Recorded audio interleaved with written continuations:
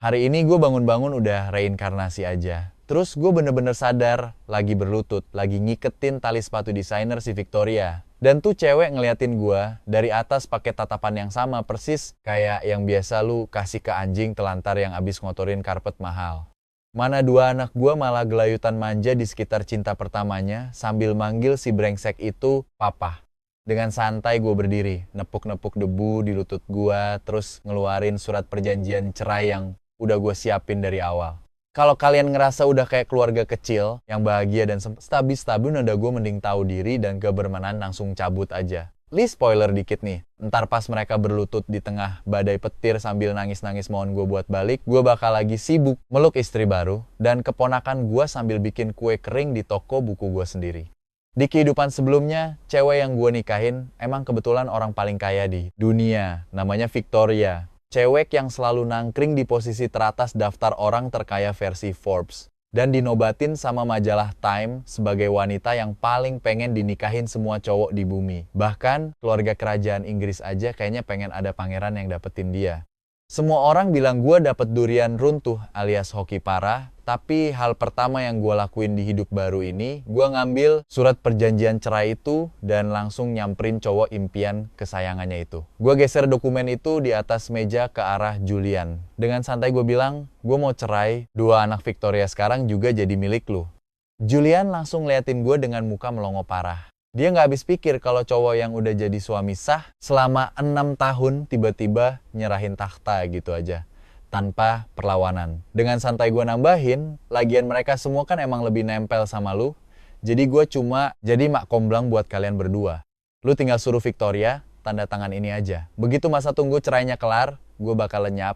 Di kehidupan kali ini, gue bener-bener ogah ngulangin kesalahan bodoh gue yang dulu. Jari-jari Julian tanpa sadar ngelus dokumen itu sambil mengernyit. Arthur, trik apa lagi yang lu mainin sekarang? Gue ngeliatin muka si Julian yang berubah-ubah terus, lalu dengan santai ngejawab, gue nggak lagi main trik apa-apa. Gue cuma udah muak aja. Julian, emang lu tahu seberapa banyak cowok di luar sana yang ngantre pengen duduk di posisi gue sekarang? Gue natap matanya tajam-tajam. Makanya, mending tahta ini gue kasih aja ke lu. Akhirnya, topeng ketenangan Julian yang selalu kelihatan kalem dan sok sempurna itu mulai retak. Dia natap surat perjanjian itu lama banget. Akhirnya dia mutusin buat ngambil dokumen itu. Karena lo lagi baik hati banget begini, gue gak bakal sungkan lagi. Tapi inget baik-baik ya, apa yang udah ada di tangan gue gak bakal pernah gue lepasin lagi. Tenang aja, gue ketawa tipis. Gue gak bakal nyesel sama sekali. Lagian, di kehidupan gue yang dulu, gue udah kenyang ngerasain pahitnya hidup kesepian sampai mati. Julian berdiri, pindah ke meja lain di kafe itu, terus dengan sok elegan ngambil HP-nya. Dia ngetuk layarnya beberapa kali, pas teleponnya kesambung, suaranya langsung berubah jadi manis banget sampai bikin mual. Victoria, aku lagi di kafe Blue Mountain. Bisa jemput aku sekarang nggak? Duduk di sudut meja agak jauh, senyum pahit langsung muncul di bibir gua. Dulu, ada masanya ketika gue nelpon Victoria sampai 10 kali, dan 9 kali diantaranya malah diangkat sama asistennya. Tapi sekarang, gak sampai 20 menit, CEO gila kerja yang biasanya selalu sibuk, rapat, secara ajaib langsung nongol di depan pintu kafe. Lewat kaca jendela, gue lihat Victoria melangkah masuk dengan anggun. Setelan jas hitam mewahnya bener-bener ngebuat kaki jenjangnya yang mulus kelihatan makin seksi. Anak cowok kami yang baru berumur 6 tahun, Leo. Dan adik ceweknya yang berumur 4 tahun, Chloe, langsung lari nerjang. Julian pas ngeliat dia, melukin dia sambil cium-cium manja. Om Julian! Chloe manggil dengan nada manis banget sambil ngusel-nguselin muka imutnya ke dada Julian kayak anak kucing. Victoria naruh kotak kue di meja, lalu jemari lentiknya dengan lembut ngedorong kotak itu ke arah Julian. Rasa coklat, kesukaan kamu. Aku sengaja nyuruh chef kepala buat ngurangin gulanya. Mata Julian langsung berbinar-binar senang. Kamu masih ingat aja. Duduk sendirian di sudut kafe, tanpa sadar gue ngepalin tangan erat-erat. 6 tahun pernikahan, dan Victoria bahkan gak tahu rasa kesukaan gue apa. Di kehidupan masa lalu gue, pas gue dirawat di rumah sakit, dan cuma pengen makan bakpia kacang hijau biasa, dia malah nyuruh asistennya buat beli asal-asalan. Ternyata malah dibeliin rasa mangga, satu-satunya buah yang bikin gue alergi parah sampai mau mati. Hebat banget kan? Kamu mau makan malam apa? Suara Victoria terdengar berat dan serak seksi. Prancis atau Cina? Sambil ngasih senyum kemenangan ke Victoria, Julian ngeluarin surat perjanjian cerai tadi dari tasnya. Aku lagi naksir satu villa nih, tapi uang tunaiku lagi mepet. Kamu bisa bantu nggak? Victoria langsung ngambil pulpen. Tanpa ngeliat isinya sama sekali, dia langsung tanda tangan gitu aja. Gak usah, sungkan-sungkan kayak gitu sama aku. Emang Om Julian mau beli rumah baru ya? Leo nanya sambil numpuin dagu di tangannya. Mami, sekalian beliin rumah yang di sebelahnya. Dong, aku sama adik mau pindah ke sana dan tinggal bareng Om Julian. Kita males kalau harus sama papa tiap hari. Victoria sempat mengernyit dikit, tapi pas ngeliat tatapan penuh harap dari anak-anaknya, dia akhirnya setuju juga. Ya udah kita beli satu. Gak usah repot-repot, Julian langsung nyela dengan cepat. Aku bakal siapin kamar buat Leo sama Chloe, dan satu kamar lagi khusus buat kamu. Jadi ada 3 kamar. Kalian bisa bebas datang dan nginep kapan aja. Dua anak itu langsung bersorak kegirangan. Chloe bahkan langsung meluk leher Julian erat-erat dan ngasih dia kecupan hangat. Om Julian emang yang terbaik deh, 1000 kali lipat lebih asik daripada papa. Dada gue rasanya kayak dicengkeram sama tangan tak kasat mata yang merasnya kuat-kuat. Rasanya perih dan sesak banget sampai gue hampir nggak bisa napas. Di situ gue lihat sudut bibir Victoria ketarik membentuk senyuman tipis yang begitu lembut. Kelembutan yang nggak pernah sekalipun dia kasih lihat ke gue. Karena udah nggak tahan lagi nonton drama picisan yang bikin mual ini, gue langsung nyamber tas, berdiri dan pergi. Begitu, gue ngelangkah keluar dari pintu utama, semua ingatan dari kehidupan masa lalu gue langsung tumpah ruah kayak tsunami. Di kehidupan lama gue sama Victoria menikah karena perjodohan bisnis. Kami dikaruniai satu anak cowok dan satu anak cewek. Gue bertahan hidup sampai umur 62 tahun, tapi nggak pernah ngerasain bahagia bareng sehari pun. Itu semua karena hati Victoria selalu diisi sama cinta monyet remajanya, yaitu si Julian. Dulu, pas mereka putus, Julian mutusin pergi ke luar negeri. Victoria sempat mabuk-mabukan berhari-hari, tapi dasar cewek sombong, dia gengsi banget buat nundukin kepalanya. Dan mohon-mohon biar cowok itu nggak pergi. Dia malah langsung berbalik arah dan nerima perjodohan yang diatur sama keluarga kami. Victoria emang cewek idaman, gua pas zaman sekolah dulu, dingin, mandiri, dan pewaris kaya raya dari kalangan elit kelas atas. Siapa sih cowok yang nggak mimpi bisa nikah dan masuk ke dinasti keluarga Victoria yang super berkuasa itu? Makanya, pas gue tahu keluarga kami mau ngejodohin kita, gue senengnya setengah mati. Tapi setelah nikah, gue udah nyerahin seluruh jiwa raga gue buat tulus sayang sama dia. Tapi balasannya cuma sikap dingin dan tembok pembatas yang sengaja dia bikin sampai akhirnya si Julian pulang ke tanah air. Dia emang nggak pernah minta cerai, tapi pandangan matanya juga nggak pernah bisa lepas dari Julian. Dan yang jauh lebih bikin nyesek adalah 2 anak kandung gue sendiri malah lebih nempel ke Julian dan pelan-pelan ngejauhin gue kayak orang asing. Pas gue udah tua, gue divonis kena penyakit Alzheimer.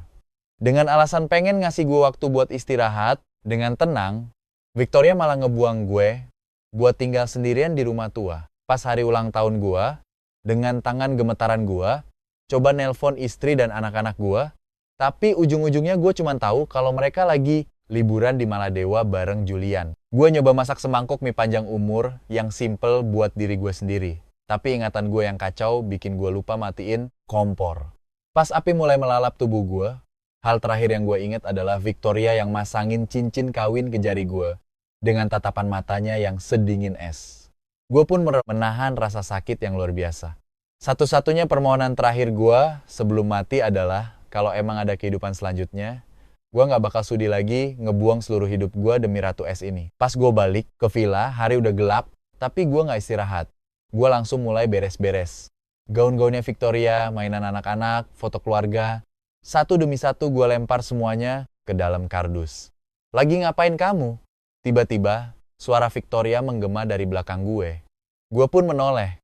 Dia lagi berdiri di depan pintu sambil megangin tangan kedua. Anak kami sambil cemberut dalam-dalam.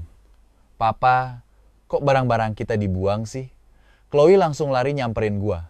Pas ngelihat boneka beruang kesayangannya dilempar ke dalam kardus, muka kecilnya langsung merah padam karena marah.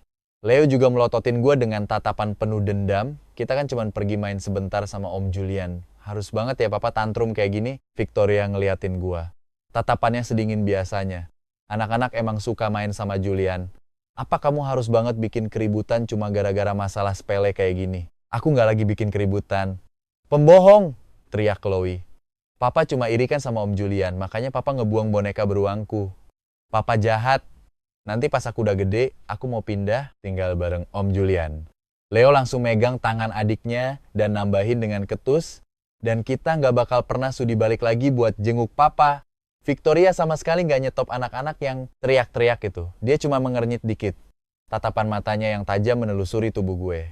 Itu adalah tatapan yang biasa dikasih ke orang asing, nggak waras yang lagi bikin rusuh di tempat umum. Dia pun membuka bibir merahnya.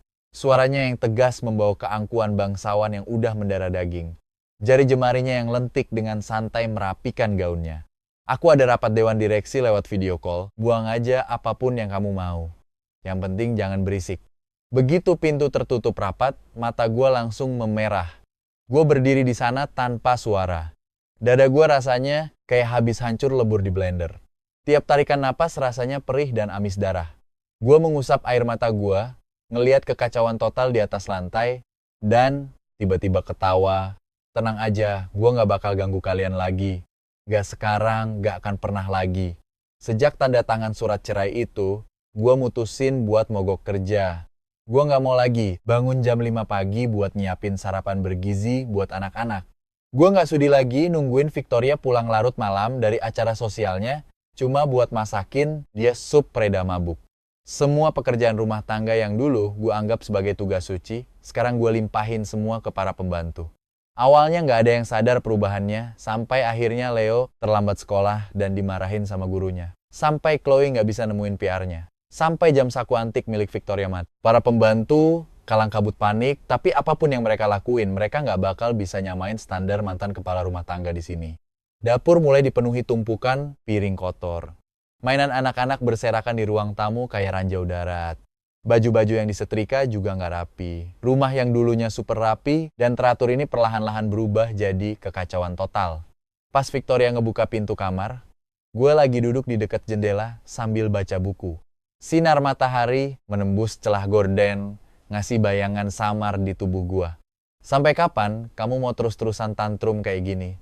Dia berdiri di depan pintu, suaranya terdengar rendah dan menuntut. Gue menutup buku itu dan mendongak menatapnya. Aku nggak lagi tantrum. Terus, kenapa kamu nggak ngurusin anak-anak atau rumah? Dia melangkah maju beberapa langkah. Aroma kayu cedar yang tipis dari tubuhnya tercium di udara. Kamu masih marah soal kejadian kemarin? Aku nggak marah. Gue naruh buku itu di samping dan bilang dengan tenang, kan ada pembantu di rumah ini. Dunia nggak bakal kiamat kok kalau bukan aku yang ngerjain. Gue tiba-tiba teringat kehidupan masa lalu gue, di mana gue harus bangun sebelum subuh setiap hari. Kopi kesukaan Victoria, suhunya harus pas 85 derajat. Roti panggangnya harus benar-benar koklat keemasan dengan sempurna. Baju anak-anak harus dicuci pakai tangan. Bahkan kaos kaki pun harus disetrika. Dan apa timbal balik yang gue dapet? Kasih sayang Victoria malah dikasih ke Julian. Rasa sayang anak-anak malah ditumpahin ke Om Julian. Dan kematian gue yang sepi dan mengenaskan di hari ulang tahun gue yang ke-62, Arthur. Suaranya langsung berubah sedingin es. Kalau kamu mau marah, ya bilang aja. Gak usah bertingkah kayak anak umur 3 tahun deh. Gue pun menyeringai. Aku gak lagi marah kok. Aku cuma pengen istirahat. Sebelum gue selesai ngomong, pintu langsung didobrak terbuka. Leo dan Chloe nerobos masuk, wajah-wajah mungil mereka dipenuhi amarah. Papa malas banget, teriak Chloe. Kita mau Om Julian aja yang ngerawat kita. Leo ikut nyaut, Om Julian jauh lebih sabar daripada Papa. Lebih rajin daripada Papa. Bahkan 1.000.000 kali lipat lebih baik daripada Papa. Tatapan Victoria terkunci ke wajah gue. Kayaknya dia nungguin gue buat ngalah dan minta maaf. Tapi gue cuma menarik napas dalam-dalam dan berbisik lirih. Kalau emang menurut kalian dia sehebat itu, ya undang aja dia ke sini. Aku nggak keberatan kok. Suasana di kamar langsung membeku seketika. Ekspresi wajah Victoria langsung menggelap total. Kamu yakin? Gue menarik napas panjang. Yakin banget. Mami, ayo pergi. Chloe udah gak sabar lagi. Dia menarik-narik ujung lengan baju Victoria. Aku mau Om Julian. Sekarang Papa pergi aja. Kita udah punya Om Julian. Kita gak butuh Papa lagi. Leo menjulurkan lidahnya buat ngeledek gue. Pergi sana. Keluar dari rumah ini. Victoria menatap gue untuk terakhir kalinya. Begitu ngeliat gue bener-bener gak peduli, dia berbalik dan nuntun anak-anak pergi dengan langkah kaki yang cepat. Gue berdiri terdiam di tempat, mendengarkan suara deru mesin mobil yang perlahan menjauh pergi. Gue pun memejamkan mata perlahan. Gak lama lagi, Gue bakal ngasih apa yang bener-bener mereka mau. Gue bakal pergi ninggalin mereka, ninggalin rumah ini selamanya. Di hari pertama Julian pindah ke rumah. Dia langsung belagu merintah-merintah pelayan dan ngerombak total tata letak ruang tamu. Sofa ini kelihatan suram banget katanya sambil nepuk pelan sofa kulit asli itu. Dia menoleh ke Victoria sambil tersenyum manis. Victoria, gimana kalau kita ganti pakai yang warna putih krem aja? Victoria bahkan gak berkedip sama sekali. Dia langsung ngasih instruksi ke kepala pelayan, lakuin aja apa kata Tuan Julian. Gua berdiri di bordes tangga, ngeliatin para pekerja ngangkut sofa yang udah gua pilih dengan sangat teliti baru 6 bulan lalu. Leo dan Chloe ngekor di belakang Julian kayak dua anak bebek yang kegirangan sambil nunjuk ke segala arah. Om Julian, bantal hias ini juga harus diganti dong. Yang dibeli papa ngebosenin banget tahu. Julian pun nepuk-nepuk kepala anak-anak dengan penuh kasih sayang. Tentu aja, kita bakal ganti semuanya. Jari jemari, gue sempat mengepal erat tapi langsung gue lepasin lagi. Bantal hias itu dulu, gue jahit sendiri pakai tangan, jahitan demi jahitan, pas Victoria lagi hamil. Isinya pun bulu angsa hipoalergenik karena kulit anak-anak sensitif banget pas baru lahir. Dan sekarang barang-barang itu dibuang gitu aja ke tempat sampah tanpa dipikir dua kali. Hari-hari berikutnya berjalan, rumah ini rasanya makin lama makin asing buat gue. Di meja makan, Julian duduk di kursi yang dulunya punya gue. Dengan penuh perhatian nyendokin makanan buat kedua anak itu. Victoria juga sesekali nuangin secangkir kopi itu sendiri. Jari lentiknya dengan lembut ngegeser cangkir itu, lengkap dengan tatapan mata penuh kelembutan yang gak pernah gue dapetin seumur hidup gue. Pas malam tiba, ruang tamu bakal mulai redup, dan mereka berempat bakal asyik uyul-uyulan di sofa sambil nonton film. Chloe nusel-nusel manja di pelukan Julian, sedangkan Leo bersandar ke Victoria, tawa mereka yang gak ada habisnya kedeneran pas gue lewat. Mereka bahkan gak sudi ngelirik gue sama sekali. Seolah-olah gue ini transparan, gak kelihatan. Kocaknya, dulu ada masanya Victoria, Leo, dan Chloe itu super duper ribet dan pelit soal standar hidup mereka, bikin naik darah banget. Tapi sekarang gue malah ngeliat Julian dengan santainya ngelempar jam tangan Patek Philippe seharga puluhan juta rupiah ke meja kopi dengan posisi kebalik. Gue ngeliat Victoria senyum manis banget pas anak-anak berangkat sekolah dengan ceria, pakai seragam yang asal-asalan dilempar Julian ke mesin cuci. Padahal noda saus kemarin masih nempel di kerahnya. Gue ngeliat Julian numpahin makanan pesan antar ke piring dan bohong kalau dia yang masak, tapi anehnya gak ada satupun yang protes. Yang makin bikin ngakak adalah gimana mereka memperlakukan Julian, om-om yang gak ada hubungan darah, sama sekali jauh lebih baik daripada bokap kandung mereka sendiri. Julian, jangan ngerjain kerjaan berat kayak gini. Victoria nahan Julian yang lagi pura-pura ngebersihin set cangkir teh. Jarinya dengan lembut menekan pergelangan tangan Julian. Tangan kamu itu buat main piano. Om Julian, biar aku aja yang bawain. Leo dengan semangat ngambil tas kerja, edisi terbatas milik Julian. Sambil masang muka cari muka bin menjilat yang gak pernah gue lihat dari anak kandung gue sendiri sebelumnya. Julian, istirahat aja. Si kepala pelayan dengan hormat nyerahin sepasang selop buatan tangan dari Italia. Biar kami yang urus sisanya. Lawak banget sumpah. Gue udah jadi bapak rumah tangga di rumah ini selama 6 tahun dan mereka cuma nganggep gue pajangan dinding. Tapi begitu Julian dateng, dia langsung jadi pusat semesta.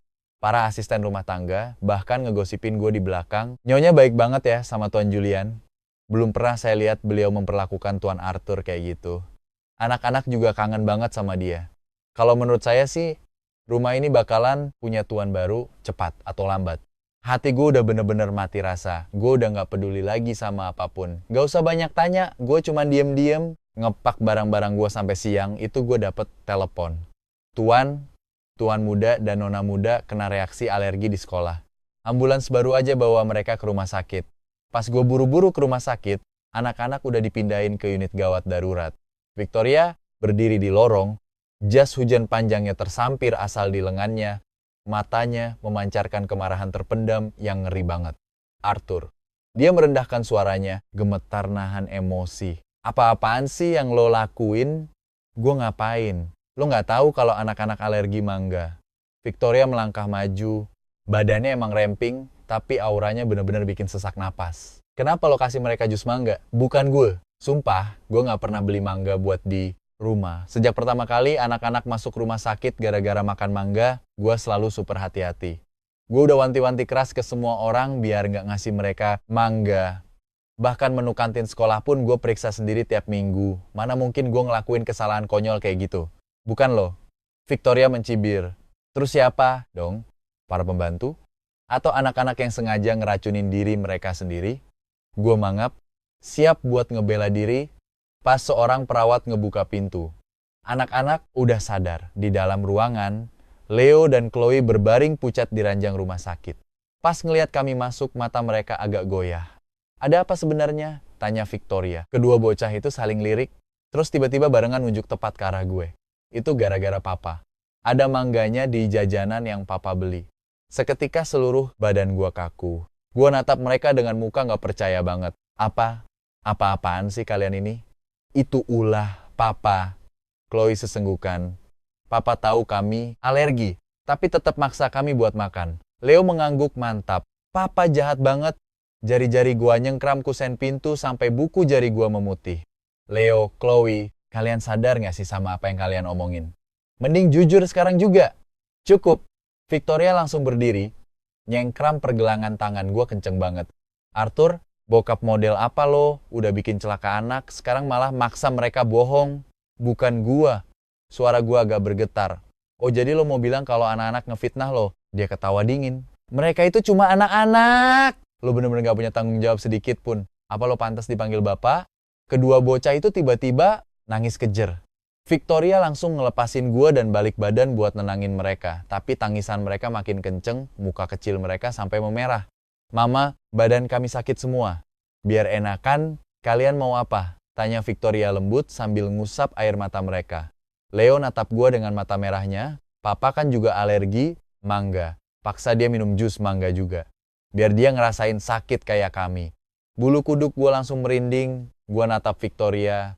Tatapannya bener-bener bikin nyali gue ciut. Oke, katanya. Dia berdiri terus menjentikan jarinya. Dua pengawal langsung merangsek masuk dan megangin gue. Sebelum gue sempat bereaksi, gue udah didorong paksa ke kursi.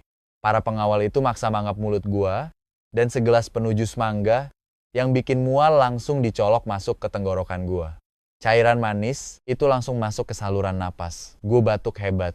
Tenggorokan gue serasa kebakar. Bintik-bintik merah gata langsung bermunculan di sekujur kulit gue. Muka gue mulai bengkak dan napas gue makin lama makin sesak. Gue nyakar-nyakar tenggorokan sendiri saking sakitnya. Sambil natap Victoria dengan pandangan mata yang mulai buram. Dia cuma berdiri di situ, natap gue dengan dingin dan cuek bebek. Dia sama sekali gak ada niat buat ngententin ini. Anak-anak udah berhenti nangis. Mereka malah seneng banget sambil tepuk tangan. Mampus, rasain tuh, emang pantes. Sebelum kesadaran gue bener-bener hilang, hal terakhir yang gue lihat adalah tatapan mata dingin tanpa nyawa milik Victoria. Gue nggak tahu berapa lama lewat sampai akhirnya gue bangun di ranjang rumah sakit. Tenggorokan gue rasanya kayak diamplas. Muka gue juga masih penuh bintol-bintol merah akibat reaksi alergi itu. Dari balik pintu, gue dengar suara yang gak asing. Suaranya Julian. Victoria, sumpah aku nggak tahu kalau mereka alergi. Aku cuma pengen bikinin jus buah segar buat mereka. Aku nggak nyalain kamu kok. Suara Victoria lembut banget nggak kayak biasanya. Kamu kan nggak tahu. Kalau aja aku jelasin dari awal, aku nggak bakalan bikin kamu salah paham, Arthur. Julian menghela napas pasrah. Dan anak-anak juga. Apa ini semua salahku? Kenapa mereka malah nyalahin bapaknya sendiri cuma buat ngelindungin aku? Suara anak-anak yang manja kedengaran jelas banget di luar. Om Julian, kami tahu kami salah. Chloe merengek manja. Kami cuman gak suka sama papa. Iya, Leo ikutan nimbrung. Papa selalu ngatur-ngatur kami. Gak ngebolehin makan makanan sampah dan maksa kami tidur tepat waktu. Kami mau papa pergi aja. Jari-jari gue nyengkram. Spray kasur kencang banget sampai buku jari gue memutih. Jadi ini kehidupan yang udah bikin gue ngorbanin segalanya. Anak-anak yang udah gue besarin bertahun-tahun ini. Gue inget pas Leo baru umur 2 tahun dan demam tinggi. Di rumah gak ada siapa-siapa lagi. Sekretarisnya bilang kalau Victoria lagi ada rapat penting dan gak bisa diganggu. Gue bener-bener capek, setengah mati. Tapi gue cuma bisa gigit jari dan ngadepin semuanya sendiri. Fisik Chloe emang ringkih banget dari lahir. Gara-gara itu, siang malam gue bela-belain begadang buat memperbaiki pola makannya sama riset pengobatan paling baru di rumah sakit. Sementara itu, Victoria malah enak-enakan terbang ke luar negeri demi merger bisnisnya, dan sekarang dua bocah yang udah gue urus sampai taruhan nyawa malah jadi yang paling tega nyakitin gue sedalam ini. Dada gue rasanya kayak robek. Air mata langsung ngocor deres di muka gue, nggak bisa ditahan lagi. Gue megangin dada erat-erat, nahan sesek sebelum akhirnya bisa napas beneran. Tiba-tiba, HP gue getar. Dari maskapai buat konfirmasi, pesanan gue. Pak Arthur, tiket sekali, jalan Anda ke Silverwood sudah diterbitkan. Mau sekalian pilih kursi? Di dekat jendela aja, makasih. Gue buru-buru ngusap, air mata, suara gue parau banget sampai nyaris nggak kedengeran. Pas teleponnya ditutup, pintu kamar Inap langsung kebuka. Victoria masuk dengan langkahnya yang sok tegas. Kakinya yang jenjang melangkah anggun, bajunya bener-bener rapi tanpa lecek sedikit pun. Kamu nelpon siapa? Tanyanya santai. Gue naruh HP ke samping, temen, Victoria nggak kepo lagi. Dia cuma berdiri di samping ranjang, natap dingin ke arah gua. Soal kemarin itu cuma salah paham. Julian yang ngasih jus mangga ke anak-anak. Nadanya lempeng banget, seolah-olah lagi ngomongin cuaca, tapi kan dia nggak tahu. Jadi ya udahlah ya, lupain aja. Jantung gua rasanya kayak diremes cakar, nggak kelihatan, kenceng banget sampai gua hampir mampus karena sesek napas. Pas dia mikir gua pelakunya, matanya kayak pengen bunuh gua saat itu juga. Tapi pas tahu kalau itu Julian, reaksinya langsung kalem banget. Dia nggak tahu. Gue mangap, pengen banget nyecer dia, pengen teriak, pengen numpain semua rasa sakit dan dendam yang udah numpuk.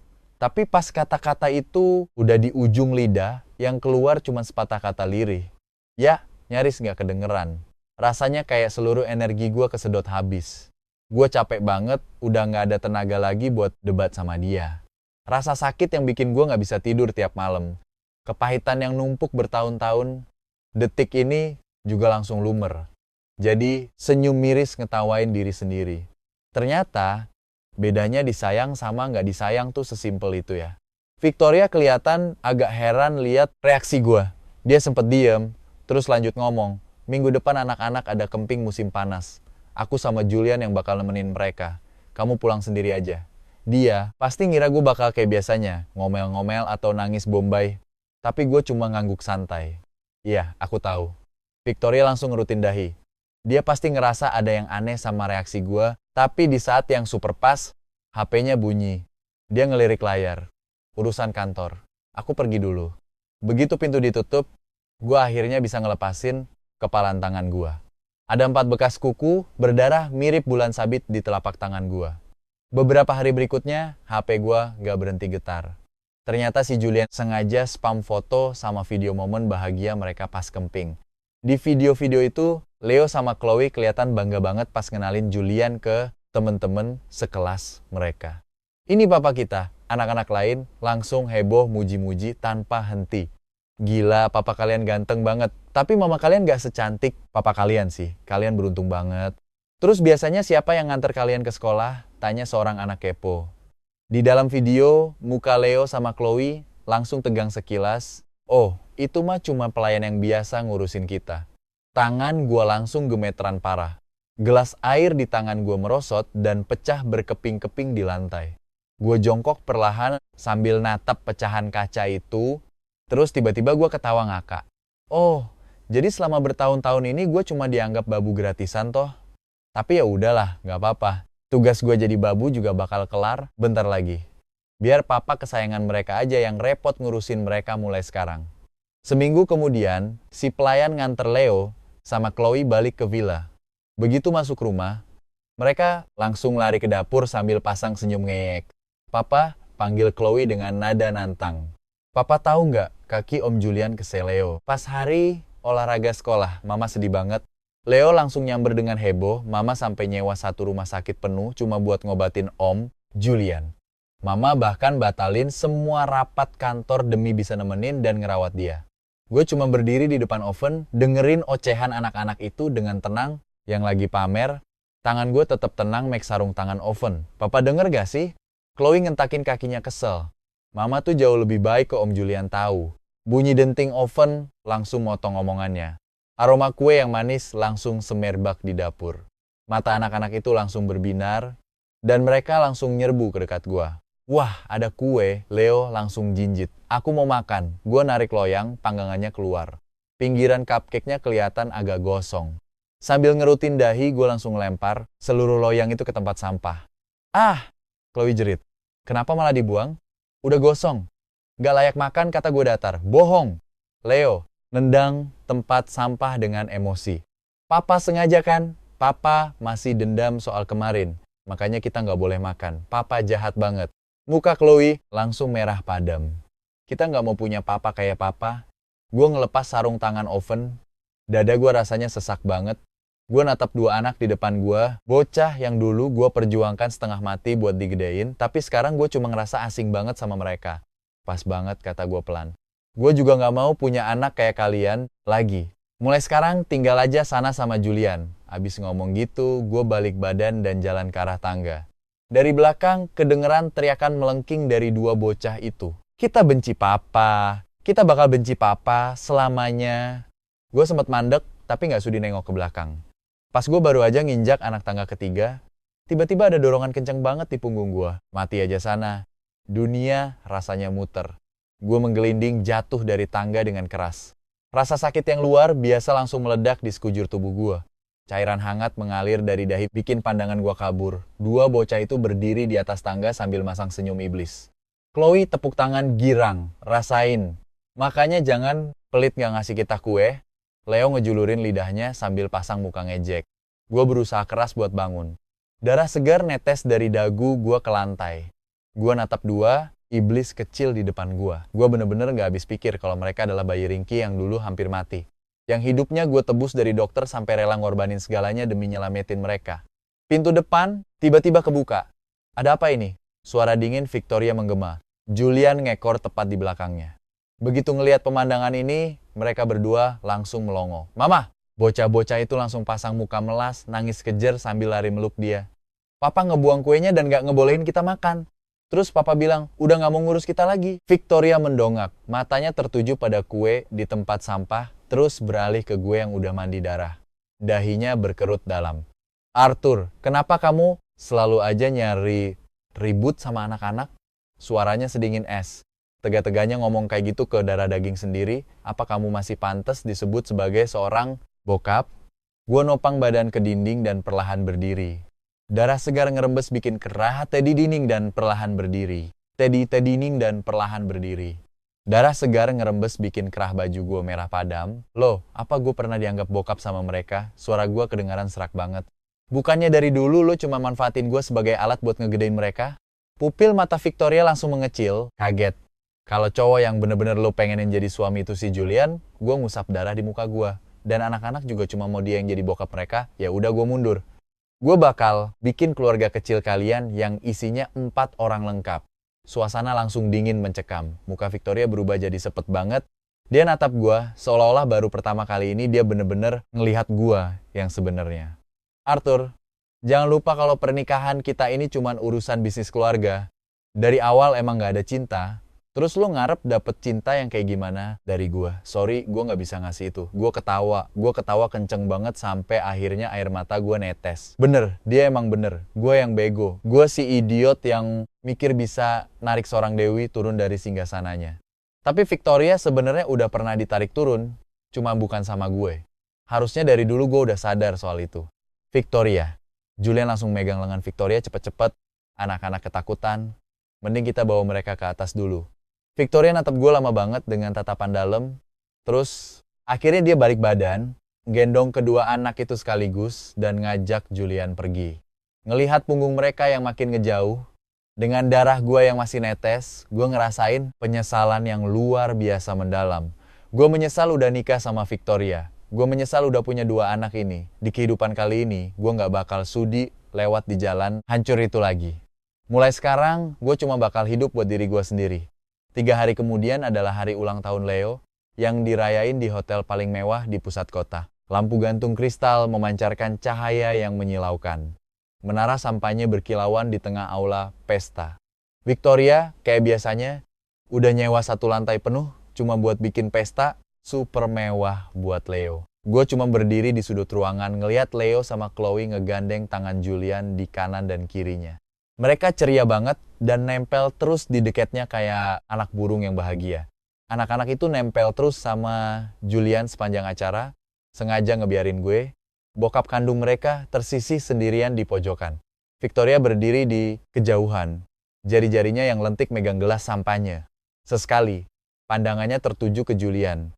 Matanya memancarkan kelembutan yang gak pernah sekalipun gue dapetin. CEO Victoria bucin banget ya. Bertahun-tahun ini matanya cuma tertuju ke Pak Julian. Bener kan? Anak-anak juga nempelnya ke dia, cuma nganggep Om Julian. Bisik-bisik dari para tamu kedengaran jelas banget di kuping gua. Victoria sama Julian itu pacaran dari zaman kuliah. Seorang cowok berjas rapi ngecilin suaranya. Dulu pas mereka masih bareng, kisah cinta mereka tuh legendaris banget. Pokoknya tinggal selangkah lagi menuju lamaran pas lulus. Pantesan aja sahut tamu lain di sebelahnya. Cinta pertama emang gak bakal pernah tergantikan. Biar gak punya status suami pun, dia tetap jadi orang paling penting. Ada orang yang udah usaha mati-matian buat masuk lewat cara licik, tapi ya terus kenapa? Seseorang ngelirik gue dengan pandangan meremehkan. Emang kenapa kalau dia punya anak, tetap aja nggak bisa dapetin hati istrinya? Jujur ya, menurut gue dia cuma bikin hidup istrinya menderita seumur hidup. Gue dengerin semua itu dengan tenang. Hati gue rasanya kayak membeku ketutup lapisan es yang tebal, tapi anehnya udah nggak sakit lagi. Gue ngehela napas panjang, balik badan, dan jalan menuju lift. Pas pintu lift hampir ketutup, tiba-tiba ada tangan yang nahan pintu itu. Julian masuk dengan senyum sinis di bibirnya. 3 hari lagi masa tunggu perceraian selesai. Dia natap mata gue dalam-dalam. Lo bakal nepati janji lo buat pergi, kan? Gue mencet tombol lobby. Tentu aja gue malah lebih pengen cepet-cepet pergi dibanding siapapun. Julian akhirnya masang senyum puas. Tenang aja, gue bakal jagain rumah ini dengan baik buat lo. Lagian, Victoria sama anak-anak emang gak pernah suka sama lo. Mereka juga bakal cepat ngelupain lo. Liftnya mulai turun. Gue gak ngejawab. Tiba-tiba kedengaran suara dentuman keras banget. Liftnya berguncang hebat, terus langsung gelap gulita. Tolong! Suara Julian. Serak karena panik pas dia gerasa kerusuk nyari HP-nya. Liftnya rusak, tubuh gue terlempar keras ke dinding. Rasa sakit yang tajam langsung menusuk dahi gue. Dan cairan hangat mulai ngalir di pipi gua. Entah udah berapa lama waktu berlalu, tapi akhirnya suara langkah kaki yang panik kedengaran di luar. Apa semua orang di dalam baik-baik aja? Seorang petugas penyelamat teriak dari balik pintu. Cepat selamatin kami. Julian ngegedor-gedor pintu lift. Kaki gua kejepit. Suara derit besi yang dipaksa kebuka menusuk telinga. Sinar lampu yang menyilaukan langsung menembus kegelapan. Petugas penyelamat ngintip ke dalam dengan muka tegang. CEO, kaki mereka berdua, sama-sama kejepit pintu yang penyok, tapi situasi sekarang kritis banget. Kita cuma bisa narik satu orang dulu. Siapa yang mau diselamatin duluan? Lewat pandangan gue yang kabur, gue ngelihat Victoria berdiri di belakang petugas penyelamat sambil enggandeng kedua anak itu. Pandangannya langsung tertuju ke Julian tanpa ragu sedetik pun. Selamatin Julian, selamatin Om. Julian duluan, teriak Leo sama Chloe sambil narik-narik lengan baju petugas penyelamat. Buruan selamatin dia. Petugas penyelamat itu mengerutkan dahi. Tuan muda, nona muda, pria yang satunya lagi terluka jauh lebih parah. Kami sangat menyarankan buat nyelamatin dia duluan. Gue bilang selamatin Julian, perintah Victoria dengan suara sedingin es. Petugas itu ngehela napas dan mulai narik Julian keluar. Gue cuma bisa ngeliat gimana mereka dengan sangat hati-hati dan bersusah payah ngeluarin Julian. Sementara itu, pintu lift yang udah kehilangan setengah penyangganya tiba-tiba ngeluarin suara derit yang ngeri banget. Besi penyok itu langsung ngehantam keras kaki gua. Rasa sakit luar biasa yang menusuk sampai ke tulang menjalar ke seluruh tubuh gua. Hal terakhir yang gua lihat adalah siluet Victoria yang lagi mapah Julian pergi, ditemenin kedua anak itu yang lompat-lompat kegirangan. Terus, kegelapan total langsung menelan kesadaran gua. Pas gua buka mata lagi, cahaya putih yang menyilaukan bikin gue refleks nyipitin mata. Bau disinfektan langsung nusuk hidung gue, dibarengi sama bunyi bip teratur dari mesin rekam jantung. Kamu sudah sadar. Dokter melangkah maju buat meriksa kondisi gue. Tulang kering kamu patah di 3 bagian. Untung aja kamu dibawa ke sini tepat waktu. Kalau enggak, kamu bisa kehilangan nyawa. Gue natap langit-langit dengan pandangan kosong. Kejadian terakhir sebelum lift itu ambruk langsung keputar ulang di otak gue. Gimana Victoria milih Julian tanpa ragu sama sekali. Dan pas pintu penyok itu ngegencet tubuh gua, dia bahkan nggak nengok ke belakang sekalipun. Pas gue coba gerak, rasa sakit yang luar biasa langsung menjalar dari dada gue. Tapi anehnya, gue nggak bisa netesin air mata satu pun. Mungkin pas rasa sakitnya udah di batas maksimal, hati lu pun bakal mati rasa. 3 hari kemudian, Victoria datang buat ngejemput gue pulang dari rumah sakit. Dia berdiri di pintu kamar rawat dengan setelan jasnya yang rapi tanpa celah. Matanya tertuju ke dada gue yang dibalut perban tebal. Dia diam cukup lama sebelum akhirnya ngomong. Julian masih harus main piano selama puluhan tahun ke depan. Gue nggak bisa ngebiarin sesuatu terjadi sama kakinya. Gue perlahan ngangkat kepala buat natap dia. Jadi, lo harus tahan aja penderitaan ini. Lagian, lo kan cuma bapak rumah tangga. Meskipun mobilitas lo bakal keganggu, tapi nggak bakal terlalu ngaruh kok buat lo. Dia nggak bohong sih. Cuma, ini pertama kalinya gue ngeliat ini cewek yang udah gue taksir setengah, mati selama setengah hidup gue. Dengan begitu jelas. Alisnya secantik lukisan, tapi di matanya nggak pernah ada bayangan gua sama sekali. Victoria, suara gua parau. Kalau gua mati hari itu, apa lu bakal peduli? Victoria makin mengernyitkan dahi dan nggak ngejawab. Dia ngeluarin sebuah kartu hitam dari saku jaketnya, terus ditaruh di atas meja samping tempat tidur. Jangan nanya pertanyaan nggak bermutu kayak gitu. Ini kompensasi buat lu. Asalkan lu tahu diri dan ngebesarin kedua anak itu, lu bakal tetap jadi suami gua. Tiba-tiba gua ketawa ngakak. Di kehidupan lalu, gua nyandang status suaminya sampai gua mati. Tapi terus kenapa? Menua dalam kesepian itu gua. Dilupain sama dunia, gua juga. Mati terpanggang hidup-hidup pas kebakaran, lagi-lagi gua. Makanya, di kehidupan kali ini, gua udah gak peduli lagi soal jadi suaminya. Bodoh amat. Gua mau hidup lebih bener, lebih bahagia. Gua mau nyari orang yang bener-bener sayang sama gua. Gua udah gak tahan lagi. Gua udah siap mangap buat bilang kalau gua nggak butuh dia lagi. Victoria, omongan gua langsung kepotong suara dering HP. Victoria ngangkat telepon itu. Suara lembut Julian kedengaran jelas dari speaker. Victoria, aku sama anak-anak lagi nunggu kamu di restoran. Kita punya kejutan buat kamu. Tatapan mata Victoria langsung melembut seketika. Aku kesana sekarang. Dia matiin teleponnya, ngelihat jam tangannya, dan nadanya langsung dingin lagi. Gua ada urusan. Sopir udah nunggu lu di bawah. Pas ngelihat punggung rampingnya berbalik dan pergi, tanpa sadar gua nancepin kuku ke telapak tangan gua sendiri. Pada akhirnya, gua nggak ngomong sepatah kata pun buat nahan dia. Lagian, dia juga bakal tahu dari Julian sebentar lagi. Surat perjanjian cerai itu udah sah berlaku. Gua nggak butuh dia lagi. Bahkan kedua bocah yang nganggep gue kayak orang asing itu, gue juga gak butuh mereka. Martha, gue neken tombol panggil. Tolong bantu gue bawa koper-koper gue ke bandara. Sejam kemudian, gue ngehapus semua kontak Victoria. Gue ninggalin kartu hitam itu di laci kamar rumah sakit. Pas pesawatnya lepas landas, gue ngelihat awan di luar jendela yang diwarnai merah keemasan yang indah banget oleh senja. Gue mandang langit megah itu, tersenyum, lalu nutup mata gue. Di kehidupan kali ini, gue gak bakal sudi direndahin demi siapapun lagi. Hari-hari suram saat gue ngemis-ngemis cinta, biarlah lenyap selamanya di lapisan stratosfer bareng pesawat ini. Di depan gue, masa depan yang benar-benar baru, yang cuma milik gue seutuhnya udah menanti. Gue sampai di Silverwood. Kota yang asing, tapi kota ini justru ngasih rasa aman. Gue ngabisin waktu setengah bulan buat riset serius. Terus di sebuah jalanan sepi di kawasan kota tua, gue buka toko buku bekas bernama Arthur's Books. Tokonya nggak gede, tapi pencahayaan alaminya bagus banget. Gue ngabisin waktu 3 bulan buat dekorasi, ngubah toko yang tadinya kumuh jadi ruang baca yang nyaman banget. Musim hujan di Silverwood panjang banget. Gue berdiri di deket pintu kaca toko buku, ngelamun sambil mandang, gerimis di luar. Lonceng angin di pintu tiba-tiba bunyi nyaring. Selamat datang, kata gue refleks sambil balik badan. Tapi gue langsung matung pas ngelihat siapa yang datang. Seorang wanita ramping berdiri di pintu sambil megang payung hitam panjang. Air hujan netes dari payung itu ke lantai. Dia lagi ngegendong bocah cewek, umur sekitar 5 atau 6 tahun di pelukannya. Anak cewek berkuncir 2 itu makin nyungsep manja ke pelukannya. Permisi, apa ada buku cerita bergambar yang cocok buat umur segini?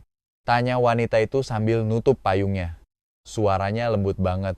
Pas gue ngelihat wajahnya dengan jelas, alis yang terbentuk sempurna, rambut panjang yang terurai santai di pundaknya, dan tatapan mata yang penuh senyuman tipis.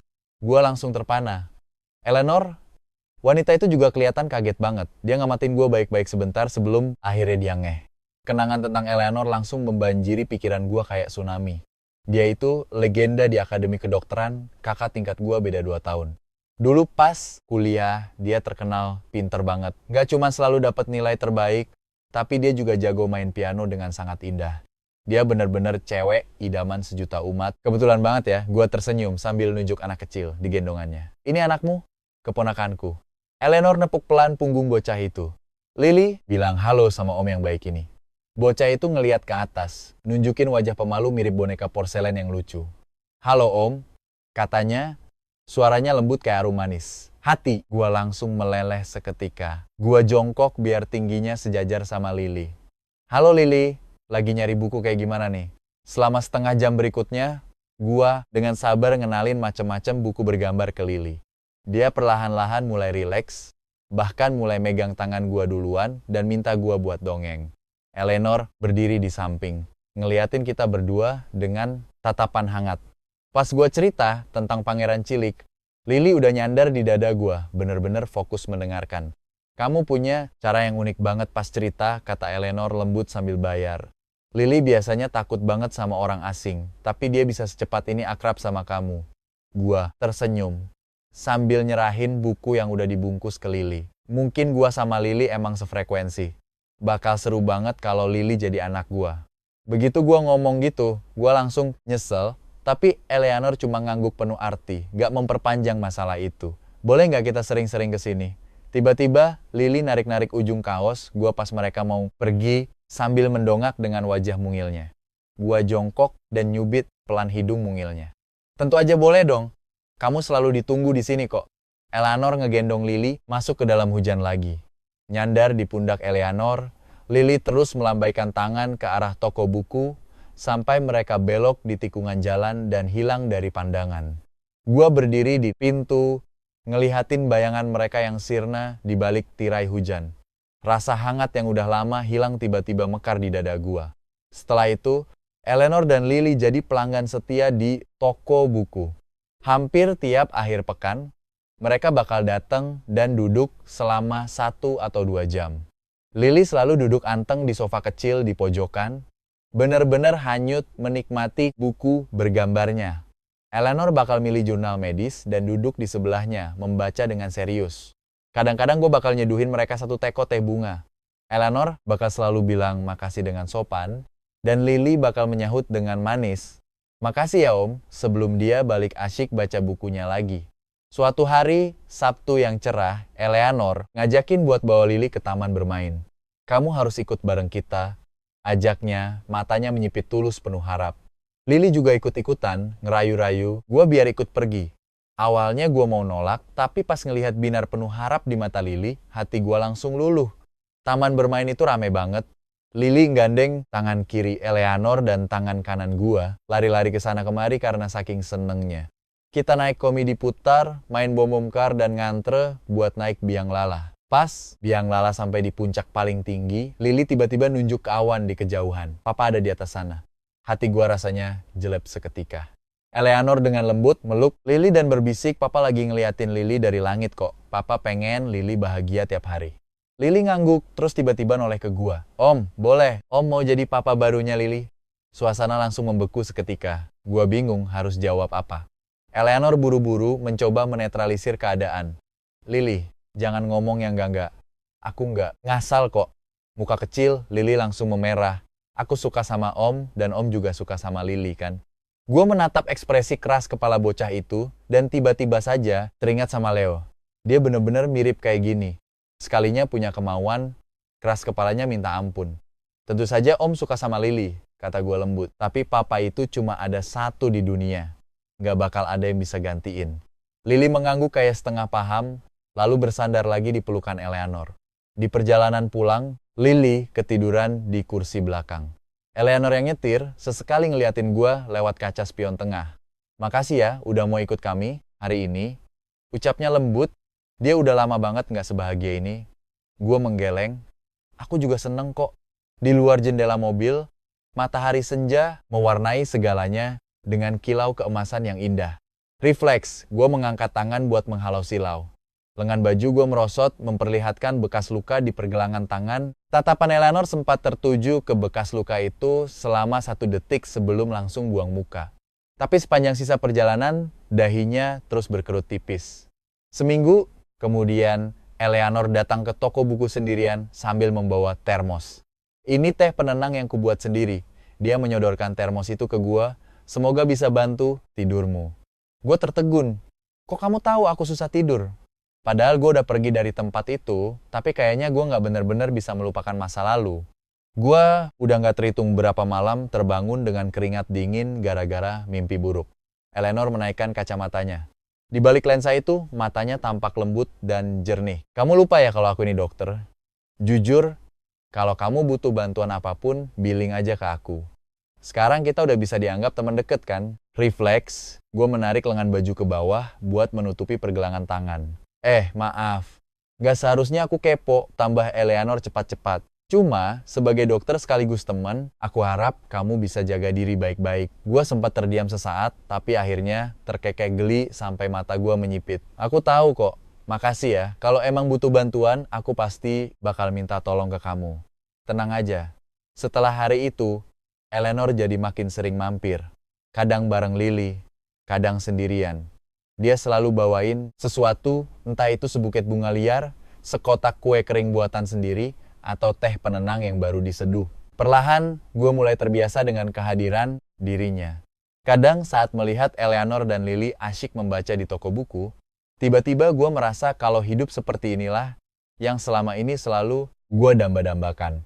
Sederhana, tenang, dan penuh kehangatan.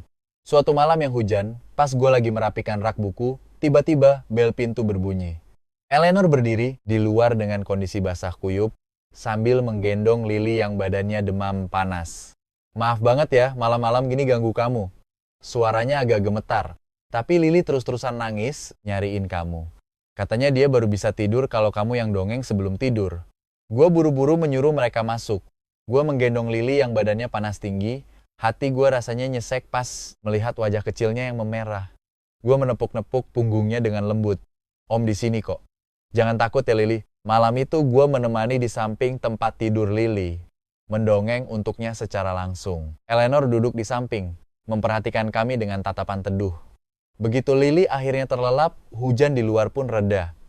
Cahaya bulan mengintip lewat celah gorden, memantulkan berkas cahaya perak di lantai. Makasih ya, bisik Eleanor lembut.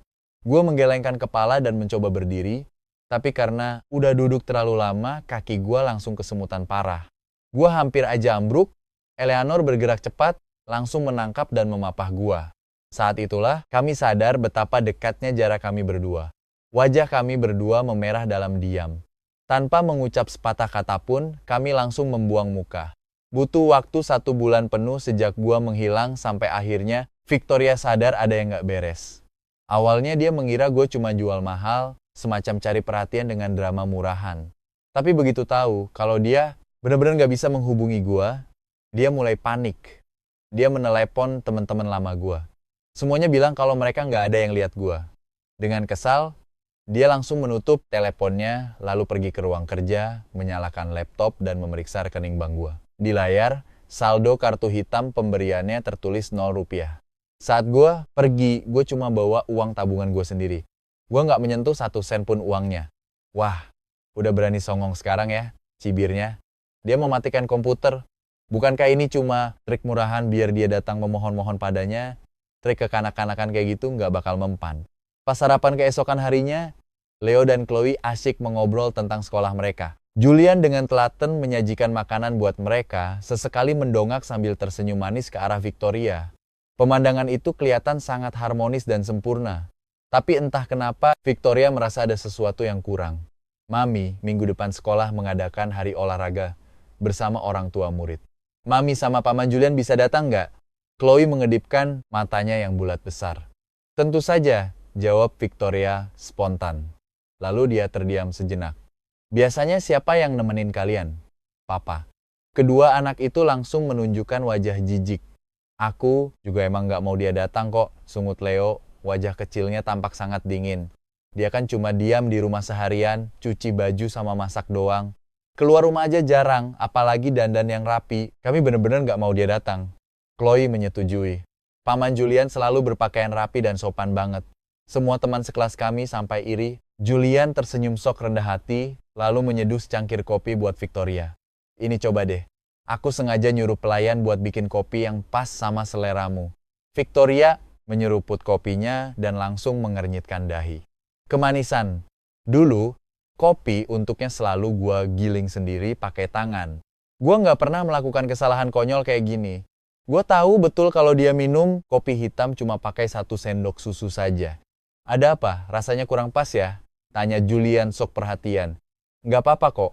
Dia meletakkan cangkirnya. Akhirnya, dia nggak ngomong apa-apa lagi, cuma merapikan manset ke mejanya. Aku berangkat ke kantor dulu. Hari-hari berikutnya, rumah tangga Victoria tampak biasa-biasa saja dari luar, tapi perlahan-lahan mulai terjadi perubahan kecil. Sepanjang hidupnya, Julian nggak pernah sekalipun menyentuh pekerjaan rumah. Setelah mencoba beberapa kali, dia langsung melimpahkan semuanya ke para pelayan. Walau terasa agak kacau, rumah itu tampaknya masih berjalan normal. Tapi hanya Victoria dan beberapa orang yang jeli yang menyadari kalau ada sesuatu yang diam-diam berubah. Nggak ada lagi pakaian lembut dan nyaman yang disetrika dengan rapi dan disiapkan untuk mereka. Segelas susu hangat sebelum tidur juga menghilang. Makan malam yang disesuaikan khusus dengan selera masing-masing orang lenyap begitu saja. Sarapan pagi pun ditiadakan. Meskipun nggak ada kekacauan besar yang terjadi, rumah itu rasanya kehilangan suasana hangat yang biasa mereka rasakan. Sampai suatu hari, Victoria pulang larut malam habis menghadiri makan malam bisnis. Dia terhuyung-huyung jatuh ke sofa dan menyuruh asistennya pergi. Udah nggak ada urusan lagi di sini. Kamu boleh pulang. Setelah asistennya pergi, ruangan langsung sunyi senyap. Victoria memijat pelipisnya dengan lelah, lalu dengan tatapan kosong, teriak, ada orang nggak di sini? Pas kalimat itu keluar dari mulutnya, dia langsung sadar kalau malam ini semuanya beda banget. Gak ada lampu lorong yang sengaja dinyalain buat dia. Gak ada lampu meja. Bahkan gak ada sup pereda mabuk yang masih ngebul nungguin di meja kopi. Martha panggil Victoria ke arah kamar pembantu, suaranya langsung lesu. Kan gue udah bilang kalau hari ini gue ada acara pertemuan. Kok gak ada yang disiapin sama sekali? Gak lama kemudian, Martha buru-buru lari ke ruang tamu sambil panik dan berkali-kali minta maaf. Maaf banget Nyonya, sebelum Tuan Arthur pergi, beliau sendiri yang selalu ngurusin semuanya tiap kali Nyonya pulang larut malam. Makanya, kami sampai lupa nyiapin apa-apa buat Nyonya. Terus sup reda, mabuknya? Maksud lu, dia sendiri yang keluar beli bahan-bahannya terus berdiri di depan kompor berjam-jam buat bikin itu? Iya Nyonya. Martha ngangguk deg-degan. Beliau nggak ngebiarin kami ikut campur. Kalau Nyonya mau, saya bisa coba buatkan sekarang. Dada Victoria rasanya kayak abis dihantam sesuatu yang keras. Di saat itu, juga ada rasa aneh yang campur aduk muncul di hatinya. Jadi, selama ini, gue yang nyiapin semua itu sendiri perlahan-lahan. Dia emang tahu gue peduli sama keluarga ini, tapi dia nggak pernah tahu kalau sepeduli ini. Penyesalan itu tiba-tiba kerasa nyata banget, nyesek sampai ke tulang. Dia bahkan ngerasa bersalah banget sama gue. Victoria berdiri terpaku di tengah dapur. Meja marmer yang dingin mantulin wajahnya yang kusut. Martha berdiri sambil nunduk di sampingnya, bahkan gak berani napas kencang-kencang. Selama 6 tahun penuh, gue ngelakuin semua ini diam-diam. Gak pernah sekalipun ngeluh atau pamer. Dia, suara Victoria serak banget. Martha ngangguk pelan-pelan. Tuan Arthur gak pernah ngebiarin kami bantu. Beliau bilang lambung Nyonya kurang sehat. Dan sup pereda mabuk dari luar, itu terlalu tajam rasanya. Beliau harus jagain apinya sendiri. Tanpa sadar, Victoria ngetuk-ngetuk jarinya ke atas meja. 6 tahun lamanya, gak peduli seberapa larut dia pulang abis pertemuan bisnis, selalu ada semangkuk sup hangat di atas meja. Dia gak pernah kepikiran kalau itu semua hasil dari gua yang begadang ngelewatin tengah malam. Nyonya, apa perlu saya coba buatkan? Tanya kepala pelayan hati-hati. Gak usah. Victoria muter badannya dan jalan ke arah tangga. Istirahat aja sana. Pas ngelewatin kamar tidur utama, dia dengar suara napas teratur Julian yang lagi tidur nyenyak di dalam. Tuh, cowok, ngebalik badannya dalam tidur. Victoria langsung berhenti melangkah, matanya penuh sama rasa kecewa yang gak bisa dijelasin. Dulu, pas ngelihat tatapan tersiksa dan patah hati di mata gua, dia sempat ngerasa kasihan sedikit. Tapi dia meyakinkan dirinya kalau Julian lah cinta sejatinya. Makanya dia nyuekin gue yang berdiri di situ dan pergi gitu aja tanpa mikir 2 kali. Sejak kejadian itu gue nggak pernah ngebahas itu lagi. Rasanya kayak obrolan itu nggak pernah ada. Dia malah ngerasa puas karena mikir kalau gue akhirnya sadar diri. Mikirin hal ini, kayak orang kesurupan, dia ngedorong pintu kamar anak-anak. Leo sama Chloe lagi tidur pulas, kepala kecil mereka saling nempel. Bingkai foto di meja samping tempat tidur majang foto mereka bareng Julian. Senyum lebar banget. Entah sejak kapan foto gue udah disingkirkan dari sana. Begitu ngelihat tempat kosong bekas foto gue dulu, dia akhirnya sadar kenapa hatinya kerasa kosong banget. Dia nggak balik ke kamar tidur utama. Sebaliknya, dia malah pergi ke ruang tamu sendirian. Sinar bulan di luar masuk ke dalam, dingin dan suram. Victoria ngambil sebotol whisky dari lemari minuman keras dan langsung neguk langsung dari botolnya. Cairan panas itu ngebakar tenggorokannya, tapi tetap nggak bisa ngilangin rasa frustrasi aneh yang ada di hatinya. Setelah hari itu, Victoria sering banget pakai alasan perjalanan bisnis biar nggak usah pulang ke rumah. Karena dia jarang ada di rumah Julian, jadi bebas banget ngelakuin apa aja. Tiap hari kalau nggak nge-gym, dia pasti sibuk dandan. Sedangkan buat Leo sama Chloe, yang biasanya ada orang yang jemput antar sekolah, Julian biar kelihatan cari muka di depan anak-anak malah sering banget malsuin surat izin sakit buat mereka terus diajak pergi main. Anak-anak pun ketularan. Jadi ikutan gak mau pergi sekolah. Mereka bolos kelas seharian, keluyuran di kota. Julian sih bodo amat. Tuan muda sama nona muda akhir-akhir ini sering bolos kelas. Guru kelas mereka nelpon buat ngadu. Saya harap Tuan dan Nyonya bisa lebih mendisiplinkan mereka. Mereka nggak mau dengerin kami. Bisa tolong bicara sama mereka? Paling nggak, suruh mereka masuk kelas. Ya, saya tahu, nanti saya urus. Julian nyender santai di sofa sambil ngagumin rambutnya yang habis dikeriting di depan kaca. Gak usah kasih tahu Victoria soal ini, dia udah cukup sibuk sama kerjaannya. Gua nggak mau bikin dia khawatir, dia nutup teleponnya. Temennya yang lagi main biliar di sebelah nyenggol dia. Seriusan lu? Lu beneran mau jadi bapak buat 2 bocah tiri itu? Nikah sama tante kaya emang enak sih, tapi ngurusin 2 bocah itu bikin pusing 7 keliling. Siapa juga yang peduli sama mereka? Julian nguap males, matanya nunjukin tatapan licik. Gua malah lebih milih ngebiarin mereka tumbuh jadi sampah yang gak berguna sama sekali. Biar nanti pas anak kandung gua lahir, mereka gak perlu rebutan warisan sama 2 bocah itu. Abis ngomong gitu, dia nelpon balik wali kelas Leo sama Chloe. Halo Bu Guru, keluarga kami lagi ada urusan pribadi sekarang, jadi anak-anak gak bakal masuk sekolah dulu ya. Gak usah terlalu dipikirin. Ibu kan tahu gimana kondisi keluarga kami. Lagian mereka juga gak terlalu butuh sekolah sih. Terus, ibu mereka sekarang lagi sibuk banget. Kalau ada apa-apa, hubungin saya aja ya, gak usah ganggu dia. Pas nutup telepon, dia ngerasa tenang banget langsung ngelupain masalah itu gitu aja. Malam itu, abis nge-gym, dia beneran pulang ke rumah. 2 bocah itu lagi ribut banget di ruang tamu. Begitu ngelihat dia, mereka langsung meluk dia dengan seneng. Paman Julian akhirnya pulang juga, kami kangen banget tahu. Tapi, di luar dugaan mereka, Julian yang biasanya nyambut mereka pakai senyuman hangat dan lembut, tiba-tiba kelihatan dingin dan serem banget. Dia langsung ngehempasin mereka dengan gak sabar. Iya ya, gue sibuk, sana main sendiri. Leo, yang ngira Julian masih paman baik kayak biasanya, langsung lempar mainannya ke lantai sambil marah. Gak mau, paman Julian harus main sama kami. Pas denger itu, komuk Julian langsung berubah jadi sangar banget. Mata yang dulunya kelihatan lembut, sekarang gak ada anget-angetnya sama sekali. Ngomong apa lu barusan?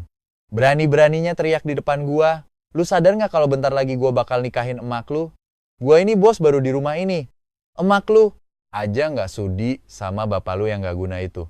Dan gak lama lagi, dia juga bakal muak sama kalian berdua. Bocah ingusan. 2 bocah itu ketakutan setengah mati, langsung pelukan erat banget. Bahkan gak berani napas kencang. Sifat sombong mereka pas ngebully gua dulu langsung hilang gak berbekas. Bagus. Selama kalian ngerti. Ingat ya, mulai sekarang, semua omongan gua di rumah ini harus diturutin. Kalau kalian berani teriak-teriak lagi di depan gua, jangan salahin gua kalau gua main kasar. Dia ngasih peringatan terakhir, ngasih tatapan sinis, terus langsung naik ke atas dengan dingin. Setelah itu Julian berhasil ngontrol semua asisten rumah tangga, dan para pelayan pun mulai nggak menghargai bocah-bocah itu lagi. Bukan cuma nggak ada yang nganterin mereka sekolah, Lama-lama nggak ada juga yang peduli buat masakin makan 3 kali sehari buat mereka. Mereka cuma bisa makan, cuma sisa-sisa makanan yang ditinggalin si Julian abis dia kenyang. Sisa matahari sore manggang villa itu, mana suara AC-nya berisik banget lagi. Leo sama Chloe lagi rebahan di karpet ruang bermain Lego, sambil curi-curi pandang ke Julian yang lagi sibuk benerin dasinya di depan kaca. Om Julian? Panggil Chloe pelan. Boleh nggak kita beli es, krim? Kan Om udah janji. Beberapa minggu lalu, Victoria sempat beliin Julian jam tangan mewah baru. Saking senengnya, dia bahkan mau main bareng bocah-bocah itu di lantai dan janji mau ngajak mereka beli es krim. Tapi si Julian bahkan gak nengok sama sekali. Gak lihat apa gue lagi sibuk, bentaknya kesel. Leo langsung ngumpulin semua keberaniannya dan gumam. Tapi minggu lalu, Om bilang kita bakal pergi. Lu berdua bisa diem gak sih? Nyebelin banget. Julian langsung balik badan, sampai dasi di tangannya kusut. Kerjaan lu cuma makan doang, lihat tuh, badan lu krempeng banget kayak kurcaci sialan. Kedua bocah itu langsung gemeter ketakutan. Sejak bokap mereka pergi, mereka nggak pernah ngerasain sedikit pun kasih sayang dari Om Julian. Senyum manisnya yang dulu udah hilang total, digantiin sama muka cemberut yang nggak sabaran, dan teriakan yang bikin kuping pengang. Keluar lu sana, balik ke kamar. Julian ngambil tisu buat ngelap tangannya sambil cemberut. Lihat muka lu berdua aja udah bikin gua gedek. Air mata mulai berlinang di mata Chloe, tapi dia nggak berani nangis kenceng-kenceng. Terakhir kali, dia nangis. Om Julian nyubit kakinya dan ngancem bakal ngebuang semua mainan kesukaannya kalau dia berani ngadu ke nyokapnya. Hari ini tumben-tumbenan Victoria ngabarin kalau dia bakal pulang buat makan malam. Pas dia nyampe rumah, anak-anak harusnya udah tidur. Julian nyambut dia pakai jubah mandi yang wangi sabun, mahal. Kulitnya yang dirawat itu kelihatan mulus banget. Kerjaan akhirnya kelar juga. Tumben lu sempet pulang, katanya lembut sambil bawain tas kerjanya. Tadi ada masalah soal merger, sekarang gue bisa pulang bentar. Victoria ngelepas mantelnya terus ngeliat sekeliling. Anak-anak mana? Udah lama gue nggak lihat mereka. Apa mereka udah tidur? Tenang aja, gue jagain mereka dengan baik kok. Julian meluk pinggang Victoria santai sambil nambahin, Victoria, besok ada gala amal. Gue belum punya jam tangan yang cocok sama jas gue. Boleh nggak? Sebelum dia selesai ngomong, Victoria langsung ngangguk cuek. Pilih aja sendiri. Pakai black card gue aja. Besok paginya, dia akhirnya lihat kedua bocah itu turun buat sarapan. Tapi yang bikin dia bingung, tumben banget Leo sama Chloe diem banget. Pas diperhatiin deket-deket, badan mereka kayaknya kurusan belakangan ini. Dagu mereka kelihatan lebih tirus. Victoria naruh kopinya dan dahi berkerut. Kalian kenapa? Lagi nggak enak badan? Nggak kok. Dengar pertanyaan itu, Leo langsung panik dan geleng-geleng kepala. Tangannya gemeteran parah sampai sendoknya berisik banget nabrak mangkok. Julian keluar dari dapur sambil bawa piring buah. Dia ngelirik Chloe terus senyum ke Victoria. Tenang aja anak-anak, baik-baik aja kok. Dia nunduk terus, ngusap kepala Leo santai. Tapi nadanya penuh kepalsuan yang dibuat-buat. Tubuh Leo langsung kaku, dan dia gumam, kita baik-baik aja. Tiba-tiba HP Victoria bunyi. Dia ngelihat layarnya, langsung berdiri, dan pergi. Ada kerjaan, gue harus pergi. Begitu pintu ditutup, senyum manis Julian langsung hilang. Dia langsung ngerebut segelas susu dari tangan Chloe, dengan muka yang super gak sabaran. Kenapa lu minumnya lelet banget? Mau telat lu? Cepetan makan, nyokap lu udah mau jalan tuh. Lu berdua kudu nurut di sekolah hari ini. Jangan bikin masalah, awas aja lu. Ancaman itu manjur banget. Chloe gemeteran ketakutan dan langsung nyumpal mulutnya pakai roti. Tapi dia malah tersedak sampai mukanya merah. Sampah nggak guna, cibir Julian jijik, bahkan nggak sudi ngelihat dia sambil ngumpat. Sama-sama nggak becus kayak bokap lu yang pecundang itu. Di kantornya, Victoria lagi ngurusin dokumen pas HP-nya bergetar. Ternyata dari kepala pelayan. Nyonya, Tuan, muda demamnya tinggi banget sampai 39 derajat. Kami khawatir banget bakal terjadi apa-apa sama dia. Victoria langsung mengernyit dalam. Udah panggil dokter? Sudah. Tapi Tuan Julian bilang gak usah buru-buru. Beliau malah pergi ke pesta. Apa? Muka Victoria langsung berubah drastis. Suaranya kedengeran kaget banget. Gue pulang sekarang juga. Suruh dokter keluarga langsung ke sana sekarang. Pas dia buru-buru pulang nerobos hujan, dia nemu Leo. Mukanya merah padam karena demam. Badan kecilnya gemeteran gak berhenti-berhenti. Dokter keluarga lagi masang infus dengan muka serius. CEO Victoria, demam tinggi anak ini udah berlangsung selama 4 jam. Kalau lebih lama lagi, bisa kena radang paru-paru. Dokter itu ngecilin suaranya dengan ekspresi serius. Kondisi fisik bocah ini emang dari awal udah lemah. Harusnya dia dapat pede. Ini lebih cepat. Ini Victoria langsung kerasa sesek. Dia ingat dulu pas gue ada di rumah, kalau anak-anak ngerasa nggak enak badan dikit aja, gue pasti langsung tahu. Gue bahkan gak butuh termometer buat nebak suhu tubuh mereka dengan bener. Julian di mana? Kenapa dia nggak ada di sini? Kepala pelayan akhirnya ngaku Tuan Julian bilang itu cuma pilek biasa. Beliau pergi ke pesta ulang tahun CEO Wang. Katanya nggak enak kalau nolak undangannya. Victoria langsung ngambil HP-nya dan nelpon Julian. Nada sambungnya bunyi lama banget sebelum akhirnya diangkat. Suara tawa keras sama musik jeduk-jeduk kedengeran di latar belakang. Suara Julian kedengeran ceria dan agak mabok, kelihatan santai banget dan gak peduli. Leo demamnya hampir 40 derajat. Lu di mana sih sialan? Balik sekarang juga. Ini pertama kalinya Victoria pakai nada kasar itu ke dia. Nada bicara Julian langsung berubah panik dan ngerasa bersalah. Maaf banget Victoria. Gue beneran kira itu cuma pilek biasa. Gue balik sekarang juga. Sejam kemudian Julian buru-buru balik, masih pakai jas pesta mahalnya dan makeup lengkap. Matanya merah pas dia nyamperin Victoria, kelihatan bersalah banget. Victoria, gue beneran gak tahu kalau Leo sakit itu. Victoria ngelihat makeupnya yang menor dan nyium bau alkohol yang masih nempel di badannya. Rasa kesel langsung merayap di dadanya. Tapi ngelihat muka cowok yang selalu dia kangenin siang dan malam ini, hatinya langsung luluh lagi. Ya udah, kali ini dimaafin. Lain kali lebih perhatiin anak-anak. Tengah malam, demam Leo akhirnya turun. HP Victoria bunyi lagi, ada telepon darurat dari asistennya. CEO Victoria, ada masalah darurat di perusahaan. Anda harus segera turun tangan sekarang juga. Victoria ngelihat anaknya yang lagi tidur nyenyak di kasur. Oke, gue kesana sekarang, dia noleh ke Julian. Jagain dia dulu ya, gue bakal balik begitu urusan selesai. Julian ngangguk dengan muka datar. Tenang aja, gue bakal jagain Leo baik-baik. Victoria buru-buru pergi, tapi pas dia nyampe lobi rumah sakit, dia meriksa tasnya dan baru sadar kalau kunci mobilnya ketinggalan di kamar rawat. Dia langsung balik lagi. Pas dia baru nyampe di depan pintu kamar rawat, dia dengar suara pelan Julian dari dalam. Bocah sialan, cuma akting kan lu, pakai ngerusak pesta gua segala. Suara Leo yang lemah dan sambil nangis ngejawab. Maaf Om Julian, Leo nggak sengaja kok. Gue peringatin lu ya, jangan sok jadi korban di depan nyokap lu. Suara Julian kedengeran dingin banget dan gak ada empati-empatinya acan. Kalau lu berani ngomong sepatah kata pun, lihat aja apa yang bakal gue lakuin ke lu. Leo gak bakal ngomong apa-apa, isak Leo. Leo bakal jadi anak baik. Jangan pukul aku. Victoria berdiri di luar pintu, dengerin semuanya. Otaknya langsung ngeblank. Cowok yang dulu dia cintai setengah mati, yang citranya kelihatan suci banget, hancur lebur dalam sekejap. Tanpa babi bu, dia langsung mendobrak pintu sampai bunyi keras banget. Julian langsung berbalik dengan muka ketakutan, pas banget berhadapan sama tatapan murka Victoria. Mukanya langsung pucat pasti kayak mayat. Dengan panik dia gagap, dengerin dulu penjelasanku. Aku cuma Victoria langsung maju. Plak! Satu tamparan keras mendarat telak di mukanya. Julian terhuyung ke belakang sampai mentok ke tembok. Rambutnya yang tadinya klimis langsung acak-acakan. Gue gak pernah nyangka lu bakal sekejam ini sama anak-anak gue di belakang gue. Hari ini lu berani mukul dan ngancem dia.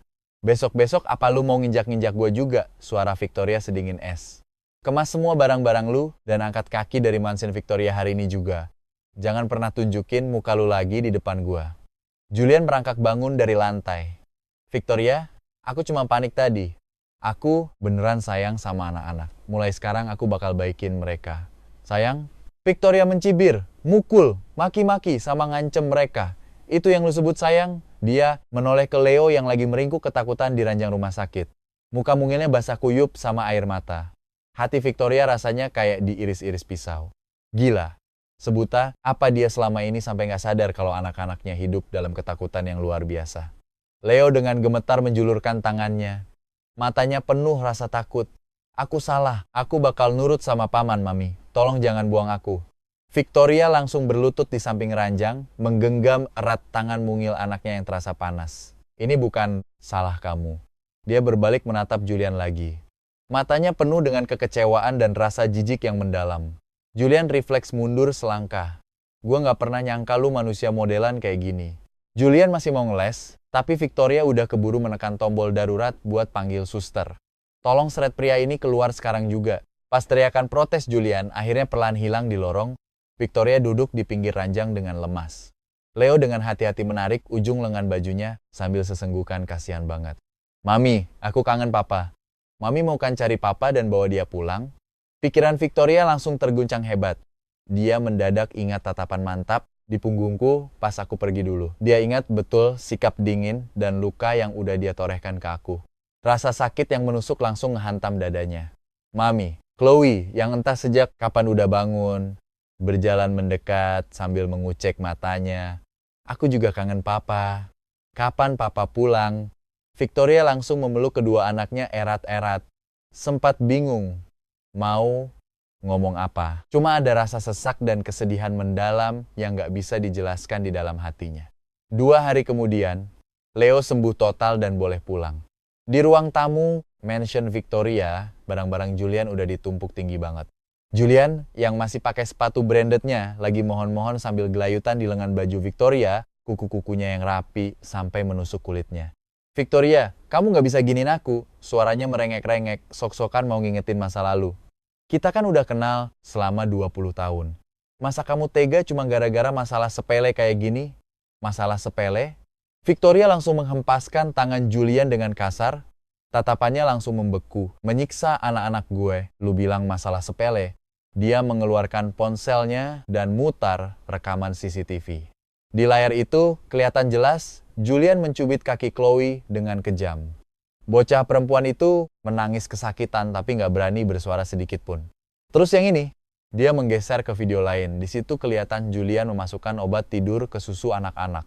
Gua nggak pernah nyangka, cuma demi lu bisa pergi ke pesta. Lu tega nyekokin mereka obat tidur biar pingsan. Muka Julian langsung pucat pasi. Kamu mata-matai aku? Apa kamu emang gak pernah percaya sama aku dari awal? Gue cuma mengawasi rumah gue sendiri. Sahut Victoria dengan nada suara yang berat dan berbahaya. Tepat saat itu, seorang pelayan tiba-tiba berlari keluar. Suaranya gemetaran. Nyonya, ada yang mau saya omongin. Dia menunjuk Julian dengan jari gemetar. Matanya penuh rasa jijik yang gak ditutup-tutupi. Dari awal banget, dia datang sebagai tamu. Dia selalu mencoba mengadu domba antara Tuan Arthur dan anak-anak. Lu ngomong kosong apa? Teriak Julian membela diri. Gue gak pernah ngelakuin hal kayak gitu. Si pelayan memberanikan diri. Setiap kali Tuan Arthur gak ada di rumah, dia sengaja beliin anak-anak banyak makanan sampah dan mainan, terus ngajarin mereka buat jelek-jelekin ayahnya sendiri. Saya dengar sendiri pakai kuping saya, dia bilang ke Tuan Muda, Papa, kamu gak ngebolehin kamu makan permen karena dia gak sayang sama kamu. Dia bahkan bilang kalau anak-anak bisa ngusir papanya pergi, mereka baru bisa hidup bahagia bareng-bareng. Makanya, keesokan harinya, Tuan Muda langsung mendorong Tuan Arthur dari tangga. Muka Victoria makin lama makin gelap, dia menoleh ke kepala pelayan Thomas. Putar rekaman CCTV yang itu. Pas video itu diputar di layar besar, ruang tamu langsung sunyi, senyap kayak kuburan. Di layar itu, kedua anak itu mendorong aku dari tangga dengan seringai nakal. Dan Julian yang masuk tepat di belakang Victoria, menyaksikan semuanya tanpa bisa menyembunyikan senyum puas di mukanya. Mami! Chloe tiba-tiba lari turun tangga dan langsung menubruk pelukan Victoria sambil menangis sesenggukan. Kami salah, kami mau papa pulang. Leo menyusul di belakangnya dengan muka basah air mata. Papa udah gak mau sama kita lagi ya, beneran? Julian menyeringai sinis. Ya jelas beneran lah. Dia udah gak sudi sama kalian, palingan sekarang dia lagi asyik meluk cewek lain. Victoria, lu bahkan gak tahu kan, hari di mana lu tanda tangan surat cerai itu bukan surat perjanjian rumah. Gua yang nyodorin surat cerai itu ke lu. Sekarang, hubungan kalian berdua secara hukum bener-bener udah gak ada lagi. Lu sendiri yang udah ngusir dia pakai tangan lu sendiri. Satu tamparan keras lainnya langsung membungkam omongan beracunnya itu. Tangan Victoria masih melayang di udara, matanya menyala-nyala penuh kemarahan yang belum pernah terjadi sebelumnya. Buang semua sampah, dia keluar. Perintahnya pada kepala pelayan. Jangan biarkan dia bawa satu pun barang yang gue beliin buat dia. Julian memegang pipinya sambil menatap Victoria dengan rasa nggak percaya yang luar biasa. Kamu gila ya? Cuma gara-gara barang bekas kayak dia. Tutup mulut lu. Victoria berdiri tegak, ekspresinya sedingin es batu. Ngomong satu kata lagi, dan gua bakal pastiin lu nggak akan bisa bertahan hidup di kota ini. Para pelayan langsung bergerak cepat, menyambar koper-koper Julian dan melemparnya satu demi satu keluar gerbang depan. Barang-barang edisi terbatas miliknya, baju-baju desainer ternama, dan jam tangan mewahnya berhamburan kemana-mana, kayak tumpukan sampah yang berantakan. "Lu bakal nyesel!" teriak Julian histeris dari jalanan. "Lu pikir Arthur masih mau sama lu? Dia tuh udah muak sama lu dari dulu." Pintu gerbang langsung ditutup keras-keras di depan mukanya, membungkam semua makian busuknya. Di dalam ruang tamu, suasananya mendadak sunyi mencekam.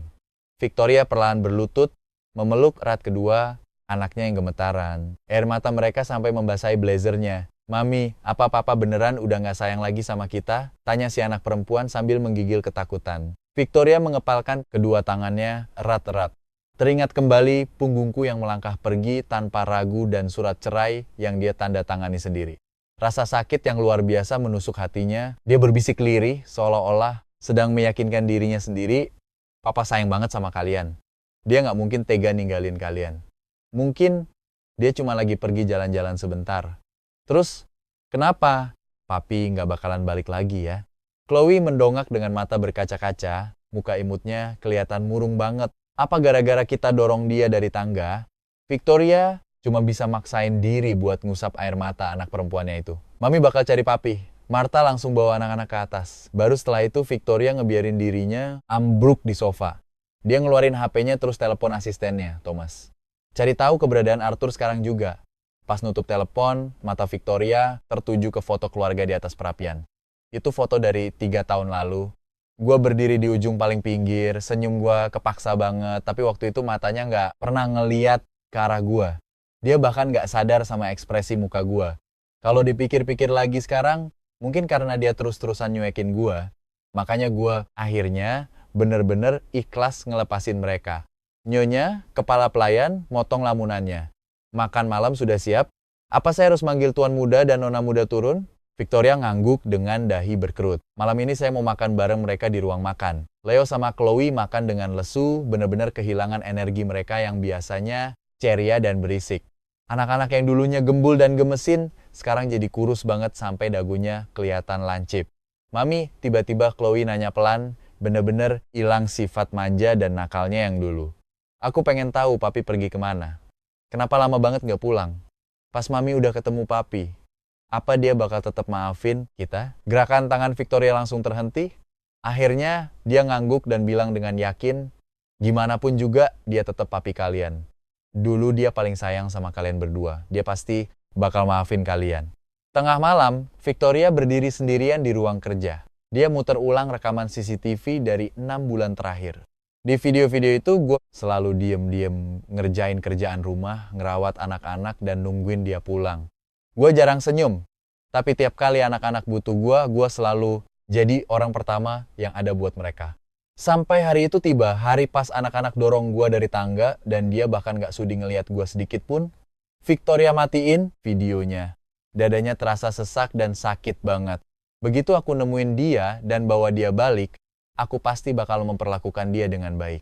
Victoria berdiri di jendela besar dari lantai sampai langit-langit ruang kerja, ngetuk-ngetuk jarinya ke meja mahoni.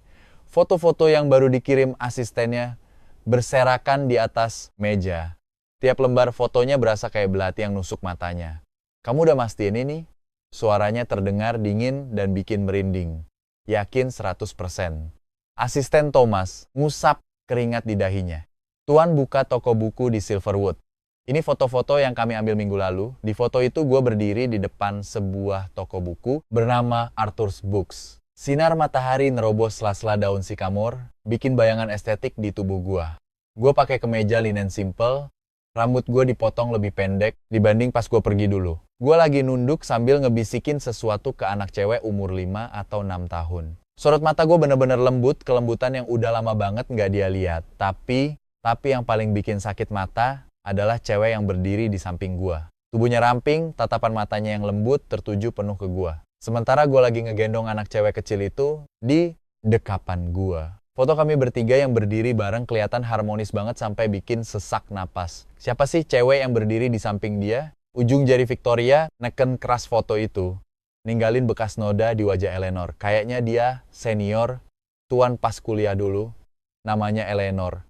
Anak cewek kecil yang bareng Tuan, itu anaknya mendiang kakak laki-laki Eleanor. Mereka cuma nggak sengaja ketemu di Silverwood. Tapi Tuan kelihatannya suka banget sama anak kecil itu. Beliau sering ngajak dia main keluar. Eleanor juga sering nemenin mereka. Cukup, jangan lanjutin lagi. Victoria ngangkat tangannya buat ngententiin ucapan Thomas. Rasa cemburu yang asing tiba-tiba membuncah di hatinya. Berani-beraninya gue natap cewek lain pakai tatapan kayak gitu. Kelembutan itu kan harusnya cuma milik dia. Tiba-tiba, pintu ruang kerja didorong terbuka. Chloe sama Leo lari masuk tanpa alas kaki, sisa air mata masih basah di pipi mungil mereka. Mami! Chloe meluk kakinya sambil nangis. Mami bilang udah ketemu papi, beneran? Victoria nunduk buat meluk anak perempuannya. Matanya melirik ke arah mata gua yang lagi senyum di foto itu. 3 bulan. Kamu gak ngehubungin anak-anak sekalipun, tapi kamu bisa senyum secerah itu ke anak orang lain di kota asing. Bisa gak kita pergi nyari papi? Leo narik-narik ujung gaun Victoria. Kita kangen papi.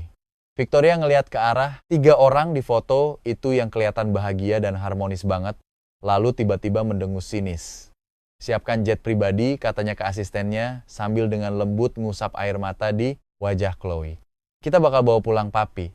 Dia bener-bener gak mau percaya kalau gue beneran suka sama cewek itu. Gue pasti sengaja ngelakuin itu, cuman buat bikin dia cemburu. Lagian, kan dulu gue cinta mati sama dia. Gue cukup cinta buat bertahan selama 6 tahun dicuekin. Asalkan dia sendiri yang turun tangan buat jemput gue. Sambil bawa anak-anak, gue pasti bakal luluh. Di saat yang bersamaan, di sebuah toko tembikar di Silverwood, gue lagi fokus banget ngebentuk sebongkah tanah liat. Lily kecil lagi, nyandar di meja kerja sebelah gue. Muka mungilnya cemong kena tanah liat. Om, lihat deh kelinci bikinanku. Serunya pamer, sambil nunjukin hasil karyanya yang peyang biar gue bisa lihat. Terus tiba-tiba dia ngejangkau dan nyolekin tanah liat pas di ujung hidung gua. Wah, beneran kelinci ya. Tapi bukannya kelinci, harusnya punya hidung bulat. Dia ngambil segenggam tanah liat lagi, siap-siap buat nyerang lagi. Kami berdua langsung ketawa ngakak, asyik main-main bareng. Eleanor jalan mendekat sambil bawa 3 cangkir teh hangat. Sedikit cipratan tanah liat juga kena ke mukanya. Dia ngegeleng pasrah, tapi nggak bisa nyembunyiin senyum di bibirnya. Kalian malah bikin tempat ini kayak medan perang aja. Sinar matahari masuk lewat celah atap kaca nyinarin meja kerja kami. Eleanor ngeluarin sapu tangan dan dengan santai ngusap tanah liat dari pipi gua. Jarinya sempat terhenti pas nyentuh kulit gua. Begitu sadar posisi kami deket banget, telinganya langsung merah merona. Lily cekikikan ngeliat kejadian itu. Terus tiba-tiba ngejatuhin tanah liatnya. Sambil natap kami dengan mata bulatnya yang besar, dia nyeletuk. Aku seneng banget. Kalau aja aku bisa terus bareng tante sama om selamanya, pasti bakal seru banget. Jantung gue berdetak lebih cepat. Gue mendongak dan natap mata lembut Eleanor. Sorot matanya memancarkan harapan yang malu-malu, bikin jantung gue deg-degan. Tapi pas kepikiran Victoria sama kedua anak itu, tatapan mata gue langsung redup lagi. Udah lama ya aku nggak kepikiran soal Lily. Eleanor tiba-tiba ngomong pelan buat mecah keheningan sambil nyodorin mangkok setengah jadi ke arah keponakannya. Lily, coba lihat, kamu suka ini nggak? Perhatian Lily berhasil teralihkan, dia langsung lupa sama pertanyaan yang baru aja dia tanyain. Gue nundukin kepala, jari-jari gue secara refleks ngusap permukaan tanah liat yang kasar.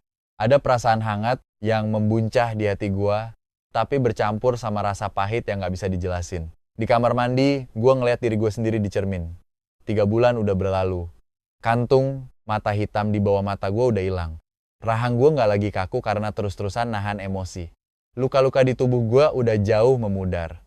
Sinar matahari dan hembusan angin di Silverwood kayaknya benar-benar udah nyembuhin luka batin gue yang gak kelihatan. Pas Lily bilang dia pengen kita bareng terus selamanya, bayangan muka Leo sama Chloe langsung lewat gitu aja di otak gue. 2 bocah yang udah gue besarin, setengah mati pakai taruhan nyawa, tapi malah tega dorong gue dari tangga. Apa iya gue bisa gitu aja ngelupain semua yang udah terjadi? Hari itu juga jet pribadinya, Victoria, mendarat di bandara Silverwood. Cahaya matahari siang itu terik banget sampai bikin silau. Dia menyipitkan mata pas ngelihat para bodyguard ngegotong kedua bocah itu turun. Mama, kita beneran mau ketemu papa? Chloe mendongak. Matanya berbinar penuh harap sekaligus cemas. Dengan pedenya Victoria ngerapiin gaunnya, suaranya terdengar mantap dan yakin banget. Papa pasti bakal seneng banget ketemu kalian. Si asisten langsung buru-buru mendekat nyerahin sebuah map berkas ke dia. CEO Victoria, kami udah mastiin lokasi tuan. Beliau ada di sebuah studio keramik di bagian timur kota bareng sama 2 orang itu. Berkas itu berisi foto yang diambil diam-diam. Di foto itu, gue lagi jongkok di depan seorang bocah cewek sambil ngelap lumpur di mukanya pelan-pelan. Di sebelah gue, ada cewek tinggi, berdiri, sambil senyum ke arah kami. Sinar matahari nembus jendela kaca, nerangin kami bertiga. Suasananya kelihatan anget banget sampai bikin sakit mata. Jari-jari Victoria tanpa sadar, ngeremas ujung foto itu sampai Ladria Modria Singh itu natap gue bener-bener terasa familiar banget. Itu kelembutan yang gak pernah dia kasih ke gua. Jalan ke sana sekarang. Di perjalanan, Leo sama Chloe tumben-tumbenan diem banget. Mereka nempel ke kaca mobil. Mandangin pemandangan kota asing itu. Tangan kecil mereka ngeremas baju mereka erat-erat. Victoria baru sadar kalau hari ini kedua bocah itu sengaja pakai baju yang gua beliin tahun lalu. Padahal, baju-baju itu udah agak kesempitan. Mama, tanya Leo tiba-tiba dengan suara pelan banget. Muka kecilnya kelihatan gak tenang. Kira-kira papa bakal ngemaafin kita gak? Victoria gak langsung ngejawab. Pikirannya langsung melayang ke rekaman CCTV. Bayangan pas gue kesakitan jatuh dari tangga, dan punggung tegap gue pas pergi ninggalin mereka. Akhirnya dia cuma bisa ngomong gini, entah buat ngebohongin orang lain atau ngebohongin dirinya sendiri. Papa tuh paling sayang sama kalian. Mana mungkin dia gak mau sama kalian. Mobil itu berhenti di depan studio keramik bernama Pastimes. Lewat jendela kaca yang tinggi menjulang, Victoria langsung bisa ngeliat gue dalam sekali lirik. Gue lagi pakai kaos putih polos sama celana jeans, lagi fokus ngebentuk tanah liat warna salem. Sinar matahari bikin badan gue kelihatan berkilau keemasan, bikin gue kelihatan lembut sekaligus cerah. Anak cewek kecil bernama Lily itu tiba-tiba ngambil segenggam lumpur terus dengan jahilnya nyorengin itu ke muka gue. Yang bikin Victoria shock, gue sama sekali gak marah. Sebaliknya, gue malah ketawa dan nyoba nyoreng balik ke dia. Gue ketawa lepas banget. Seluruh badan gue kayak memancarkan kebahagiaan yang murni. Itu senyuman yang udah lama banget gak pernah dilihat sama Victoria. Chloe yang berdiri di sebelah ibunya ngeliatin momen itu bentar, terus tiba-tiba ngelepas paksa tangannya dari genggaman bodyguard dan langsung lari kencang ke arah studio. Victoria gak sempat ngantiin dia dan terpaksa buru-buru ngejar di belakangnya. Begitu pintu didorong kebuka, lonceng angin berdentang nyaring. Gue denger, suara itu terus mendongak. Senyum di bibir gue langsung beku. Suara gue agak bergetar. Pandangan gue ngelewatin bocah itu dan langsung tertuju ke Victoria. Muka gue sama sekali gak kelihatan seneng, melainkan waspada dan dingin banget. Ngapain kalian kesini? Kok bisa tahu gue ada di sini? Lily ngeliatin orang-orang asing yang tiba-tiba nerobos masuk itu dengan penasaran, lalu secara refleks sembunyi di belakang gue. Papa, Eleanor langsung berdiri, pelan-pelan ngambil posisi di depan kami berdua. Leo juga ikut lari masuk, meluk kaki gue erat-erat sambil nangis. Kami kangen banget sama Papa. Papa, apa selama ini Papa tinggal sama 2 orang ini? Apa gara-gara mereka? Matanya melotot ke arah Lily dengan penuh rasa benci dan permusuhan, natap tajam banget sampai bikin Lily ngeremas baju gue erat-erat. Gue berdiri kaku, tangan gue melayang di udara, gak tahu harus ngerespon kayak gimana. Pas ngelihat tatapan tajam Leo, gue langsung tersadar dari lamunan. Mata gue berubah jadi sedingin es. Gue sama sekali gak ada niat buat meluk mereka balik. Sebaliknya, gue malah mundur selangkah pelan-pelan. Pandangan gue beralih di antara kedua bocah itu dan Eleanor sebelum akhirnya tertuju ke Victoria. Mau apa lo kesini? Suara gue pelan banget tapi nusuk kayak pisau tajam. Victoria maju selangkah, matanya ngelewatin Eleanor dan akhirnya tertuju ke muka gue. Arthur, kami kesini buat jemput, kamu pulang. Udahlah. Hukuman yang kamu kasih ini udah cukup, anak-anak udah tahu kalau mereka salah. Pulang yuk sama kami. Studio keramik itu seketika jadi hening mencekam. Pelanggan lain sama para staf langsung ngehentiin kegiatan mereka dan nontonin drama itu dengan penasaran. Gue langsung ketawa sinis. Rumah yang mana? Papa, ayo pulang sama kita. Chloe narik-narik tangan gue sambil ngeguncang-guncangnya. Matanya udah nggak nunjukin sifat sombong dan manja kayak dulu lagi. Cuma ada rasa harap dan memohon. Kita janji nggak bakal bikin Papa marah lagi. Iya, Papa. Leo buru-buru nimbrung. Kita udah ngusir, Om. Julian kok. Kata Mama mulai sekarang, cuma Papa satu-satunya papa kita. Muka gue langsung berubah. Gue jongkok biar bisa sejajar sama mata kedua bocah itu. Gue nggak bakal balik sama kalian. Karena nggak semua hal bisa selesai cuma pakai kata maaf. Kenapa? Air mata Chloe langsung tumpah. Apa papa udah nggak sayang lagi sama kita? Pertanyaan itu rasanya kayak pisau tumpul yang ngehujam jantung gue. Gue mangap tapi cuma bisa senyum getir. Pakai dorong gue dari tangga, terus ngefitnah gue sengaja ngasih kalian makan mangga. Bukannya kalian sendiri yang ngelakuin semua itu pakai tangan kalian sendiri. Kita nggak mau papa ini, kita cuma mau Om Julian yang jadi papa kita.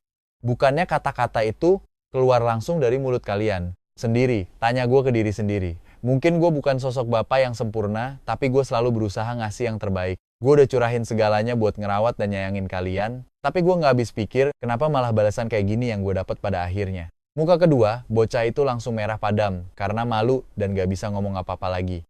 Tapi Leo nggak mau nyerah gitu aja. Dia sesenggukan, papa, dulu kita beneran nggak ngerti. Sekarang kita udah tahu kalau kita salah. Tolong maafin kita ya, Pak. Sebelum gue sempat ngejawab, suara cimit Lily tiba-tiba kedengeran. Om Arthur. Dia ngeremas baju gue. Matanya yang besar nan indah itu berkaca-kaca. Om mau pergi ya? Eleanor langsung membungkuk, enggendong keponakannya itu sambil ngebujuk. Lily, jangan takut. Om gak bakal ninggalin Lily kok. Apapun pilihan Om Arthur, kita harus hargai keputusannya. Lagian, meskipun dia nggak tinggal di sini, dia pasti bakal sering datang jenguk Lily, kan? Victoria yang ngelihat interaksi itu ngerasa amarah yang tak tertahankan langsung meluap di dadanya. Cewek asing ini emang punya hak apa dia berani ngomong pakai nada seakrab itu? Emang punya hak apa dia berdiri di sebelah gua sambil gendong anak? Seolah-olah mereka itu keluarga kandung yang sebenarnya. Arthur. Dia maju selangkah, suaranya terdengar berat. Jangan kekanak-kanakan deh. Anak-anak butuh kamu sebagai ayah mereka. Apa kamu beneran tega ngebuang darah daging kamu sendiri cuma demi ngebesarin anak orang lain? Gua kekanak-kanakan, mereka butuh gua. Gua langsung berdiri, mata gua memancarkan tatapan dingin yang belum pernah dilihat Victoria sebelumnya. Pas mereka dorong gua dari tangga, apa mereka butuh gua? Pas mereka bilang ke semua orang kalau mereka benci gua, apa mereka butuh gua? Pas mereka manggil Julian papa, apa mereka butuh gua? Setiap pertanyaan itu bener-bener ngehantam Victoria kayak tamparan fisik, bikin dia bungkam 1000 bahasa. Dua anak itu nangis makin kejer, meluk baju gua erat-erat, dan gak mau lepas. Kami salah, papa. Chloe nangis sesenggukan sampai napasnya tersengal-sengal. Mulai sekarang, kami cuma bakal sayang sama papa. Kami gak bakal nyakitin papa lagi. Mata gua memerah, tapi sikap gua tetap keras kepala dan gak goyah sama sekali. Eleanor diam-diam nyodorin tisu ke gue. Tindakan sepele ini langsung bikin Victoria ngamuk. Lo pikir lo siapa? Tanyanya dengan dingin. Apa yang lo punya buat ikut campur urusan keluarga kami? Eleanor dengan tenang benerin posisi kacamatanya. Suaranya terdengar tenang. Aku temannya Arthur. Soal hak, ngelihat gimana hancurnya anak-anak ini nangis, menurut aku orang yang sebenarnya pengen nyakitin, dia nggak punya hak buat nanyain itu ke aku. Kepalan tangan Victoria mengencang sampai sendi jarinya berbunyi. Pas ketegangan hampir meledak, Lily berbisik, Om Arthur, proyek kita belum selesai. Dengar itu gue akhirnya ngambil keputusan. Sambil narik napas dalam-dalam, gue noleh ke Victoria. Tolong bawa anak-anak pergi dari sini, biar gue tegasin lagi, nggak ada lagi yang perlu diomongin di antara kita. Papa! Kedua anak itu teriak barengan, meluk kaki gue erat-erat. Tolong jangan tinggalin kami. Suasananya bener-bener kacau. Pemilik studio ragu-ragu, mikir apa harus nelpon polisi.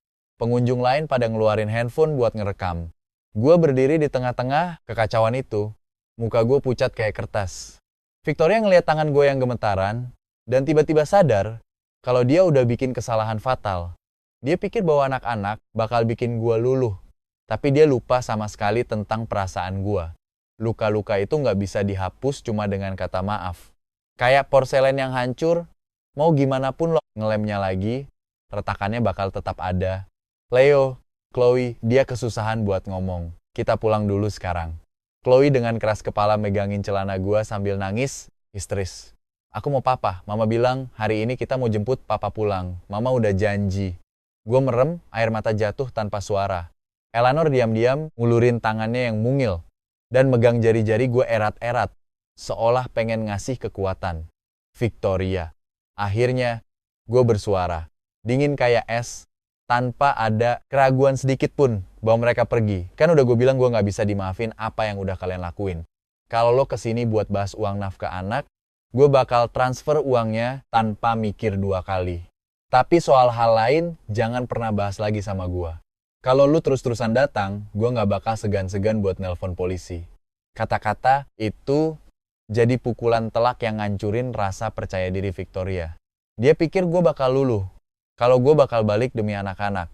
Dia nggak pernah nyangka kalau keputusan gue buat pergi bakal sebulat ini. Dia membungkuk, maksa gendong 2 anak yang berontak sambil nangis itu, terus jalan cepat ke arah pintu, nggak peduli sama tangisan mereka. Sebelum buka pintu, dia nengok ke belakang buat ngelihat gue terakhir kalinya.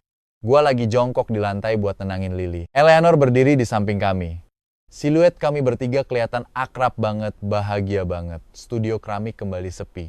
Gue secara refleks ngeremas tanah liat. Di tangan gue gemetaran gara-gara tenaga yang gue keluarin gede banget. Lily duduk diam di samping gue, sesekali ngeliatin gue dengan cemas. Om Arthur dia akhirnya gak bisa nahan diri lagi. Matanya berkaca-kaca penuh kecemasan. Apa Om sedih banget? Kenapa kelihatan gak bahagia? Tangan gue berhenti dan gue maksain senyum. Gak kok, Lily gak usah khawatirin Om. Lanjutin aja bikin mangkok kecilnya. Eleanor diam-diam bawain segelas air hangat dan naruhnya di sebelah gue. Mau istirahat bentar? Gue ngegeleng. Mata gue tertuju ke mangkok tanah liat setengah jadi yang lagi gue bikin. Bentuknya yang miring sebelah bener-bener gambarin kondisi pikiran gue saat ini.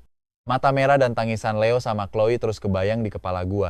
Bikin dada rasanya sesak. Mereka kelihatan lebih kurus, gumam gue hampir ke diri sendiri. Eleanor nggak ngejawab, cuma berdiri diam di samping gue. Sinar matahari masuk lewat jendela, nyinarin meja kerja. Mangkok kecil, Lily berkilau, lembut kena cahaya. Tante, Lily kecil mikir sebentar dan tiba-tiba ngusul, yuk bikin kado buat Om Arthur. Eleanor dengan lembut ngelus kepala keponakannya itu. Oke, Lily mau bikin apa? Rumah kecil, kata Lily dengan semangat. Biar Om Arthur punya rumah baru. Omongan anak kecil yang polos ini bikin pangkal hidung gue rasanya perih. Gue merhatiin bocah perempuan itu dengan serius ngebentuk tanah liat, dan Eleanor dengan penuh perhatian nuntun dia.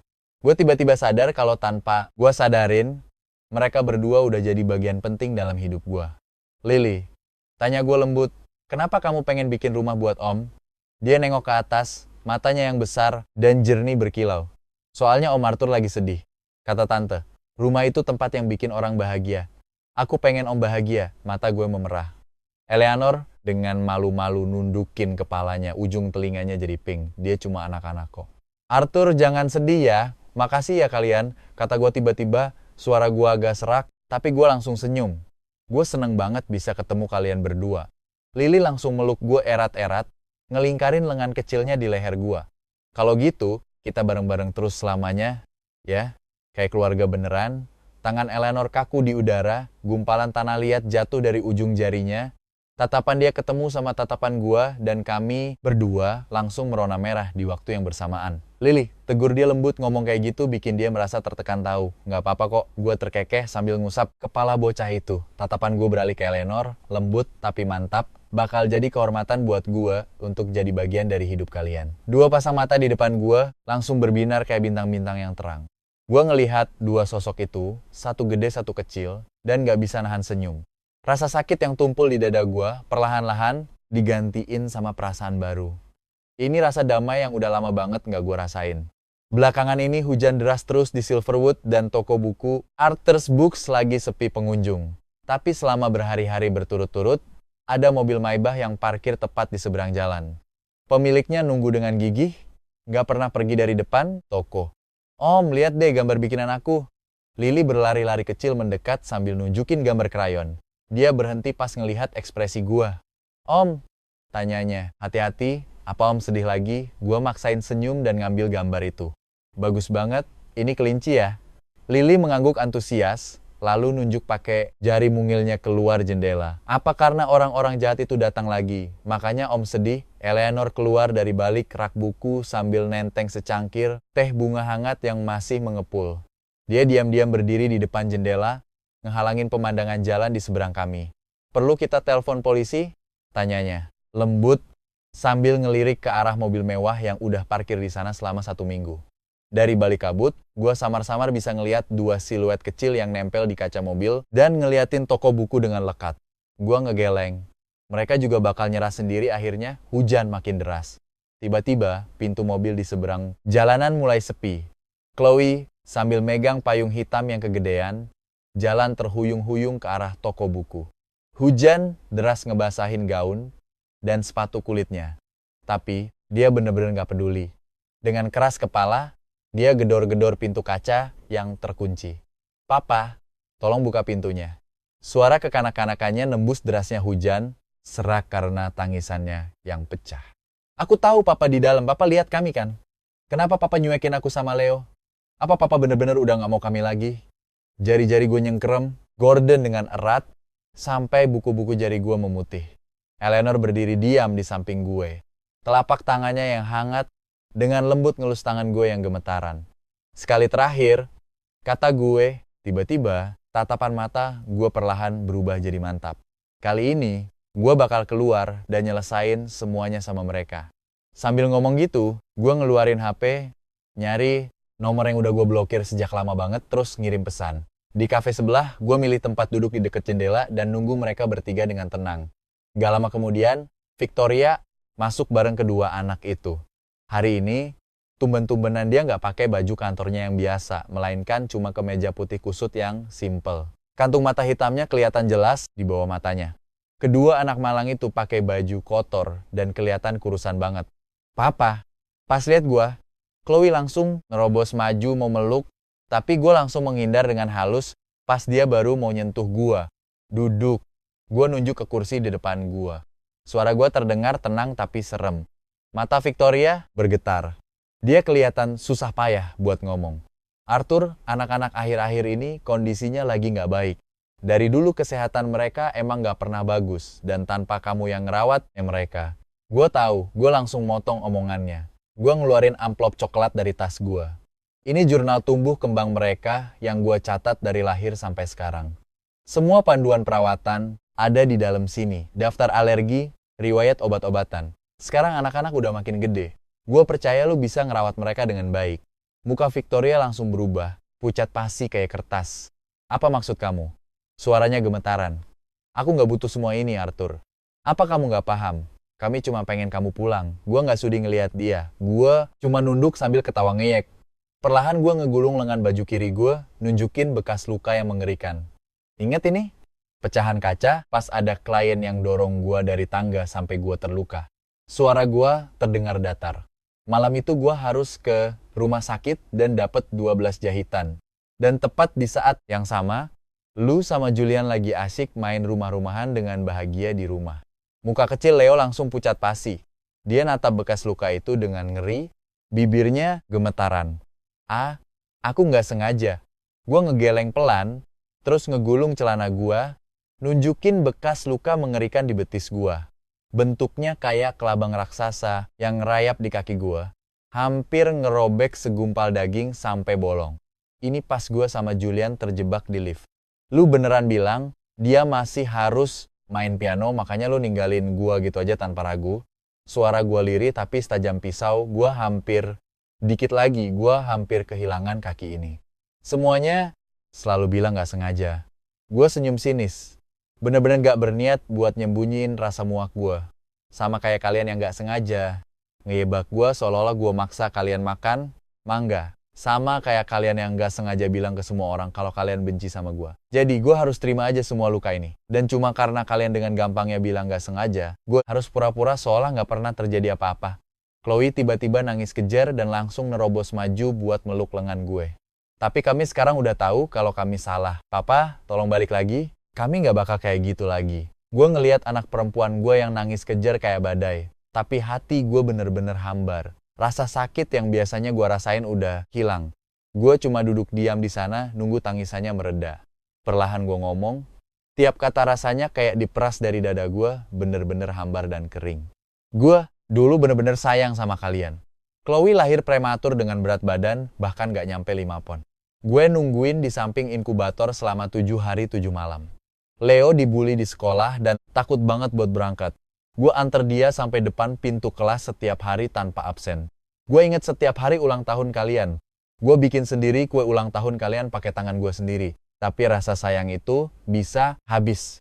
Pas kalian dorong gua dari tangga, pas kalian bilang gak mau ketemu gua lagi, pas kalian milih Julian buat jadi papa kalian, semua hubungan yang kita punya udah putus sampai di situ.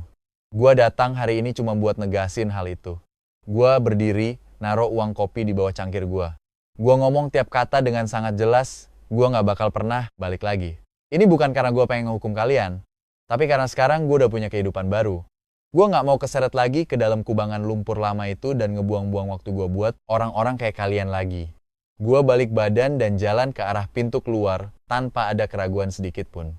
Tangisan histeris Chloe yang memilukan bergema di belakang gue, tapi langkah kaki gue nggak goyah sama sekali. Papa, tolong jangan tinggalin kami. Gue dorong pintu kafe. Di seberang jalan, Eleanor lagi megang tangan Lily, nungguin gue di deket mobil. Pas anak kecil itu ngeliat gua, dia langsung lepasin genggaman tantenya dan lari kencang ke arah gua. Om Arthur! Lily langsung meluk gua erat-erat, tangan kecilnya dengan cemas ngelus-ngelus muka gua. Om gak apa-apa, apa orang-orang jahat itu ngebully om? Gua jongkok, meluk dia, terus nyium pipinya yang lembut. Om gak apa-apa, yuk kita pulang. Eleanor jalan mendekat.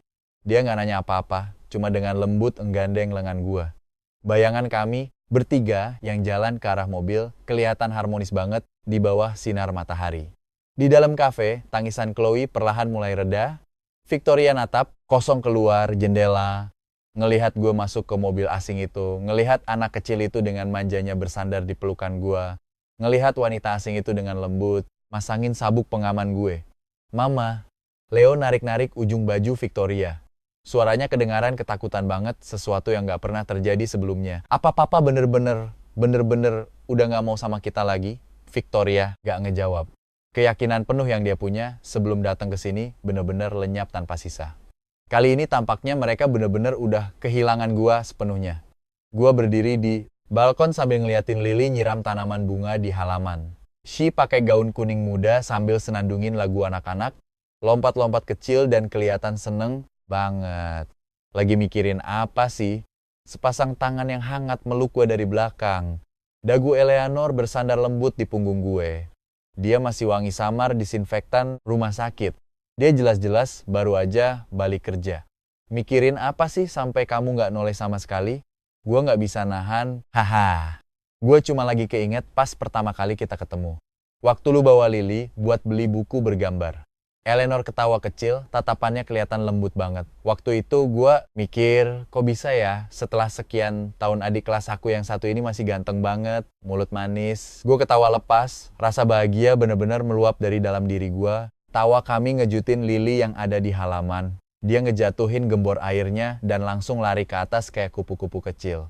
Tante, Om Arthur, kalian lagi bisik-bisik soal apa sih? Eleanor ngebungkuk dan ngegendong keponakannya. Terus nyium pipinya yang belepotan lumpur. Tante tadi lagi nanya ke Om Arthur, apa dia mau tinggal bareng selamanya bareng kita? Mata Lily langsung berbinar-binar. Tangan kecilnya nyengkerem erat baju tantenya. Serius? Om Arthur bakal tinggal bareng kita selamanya? Rasanya hati gue langsung meleleh banget kayak lagi direndam air hangat. Gue gendong Lily, terus ngangguk pas dia natap penuh harap. Kalau Lily emang mau, Om pasti bakal tinggal. Lily langsung bersorak kegirangan dan meluk leher gua, terus noleh ke Eleanor.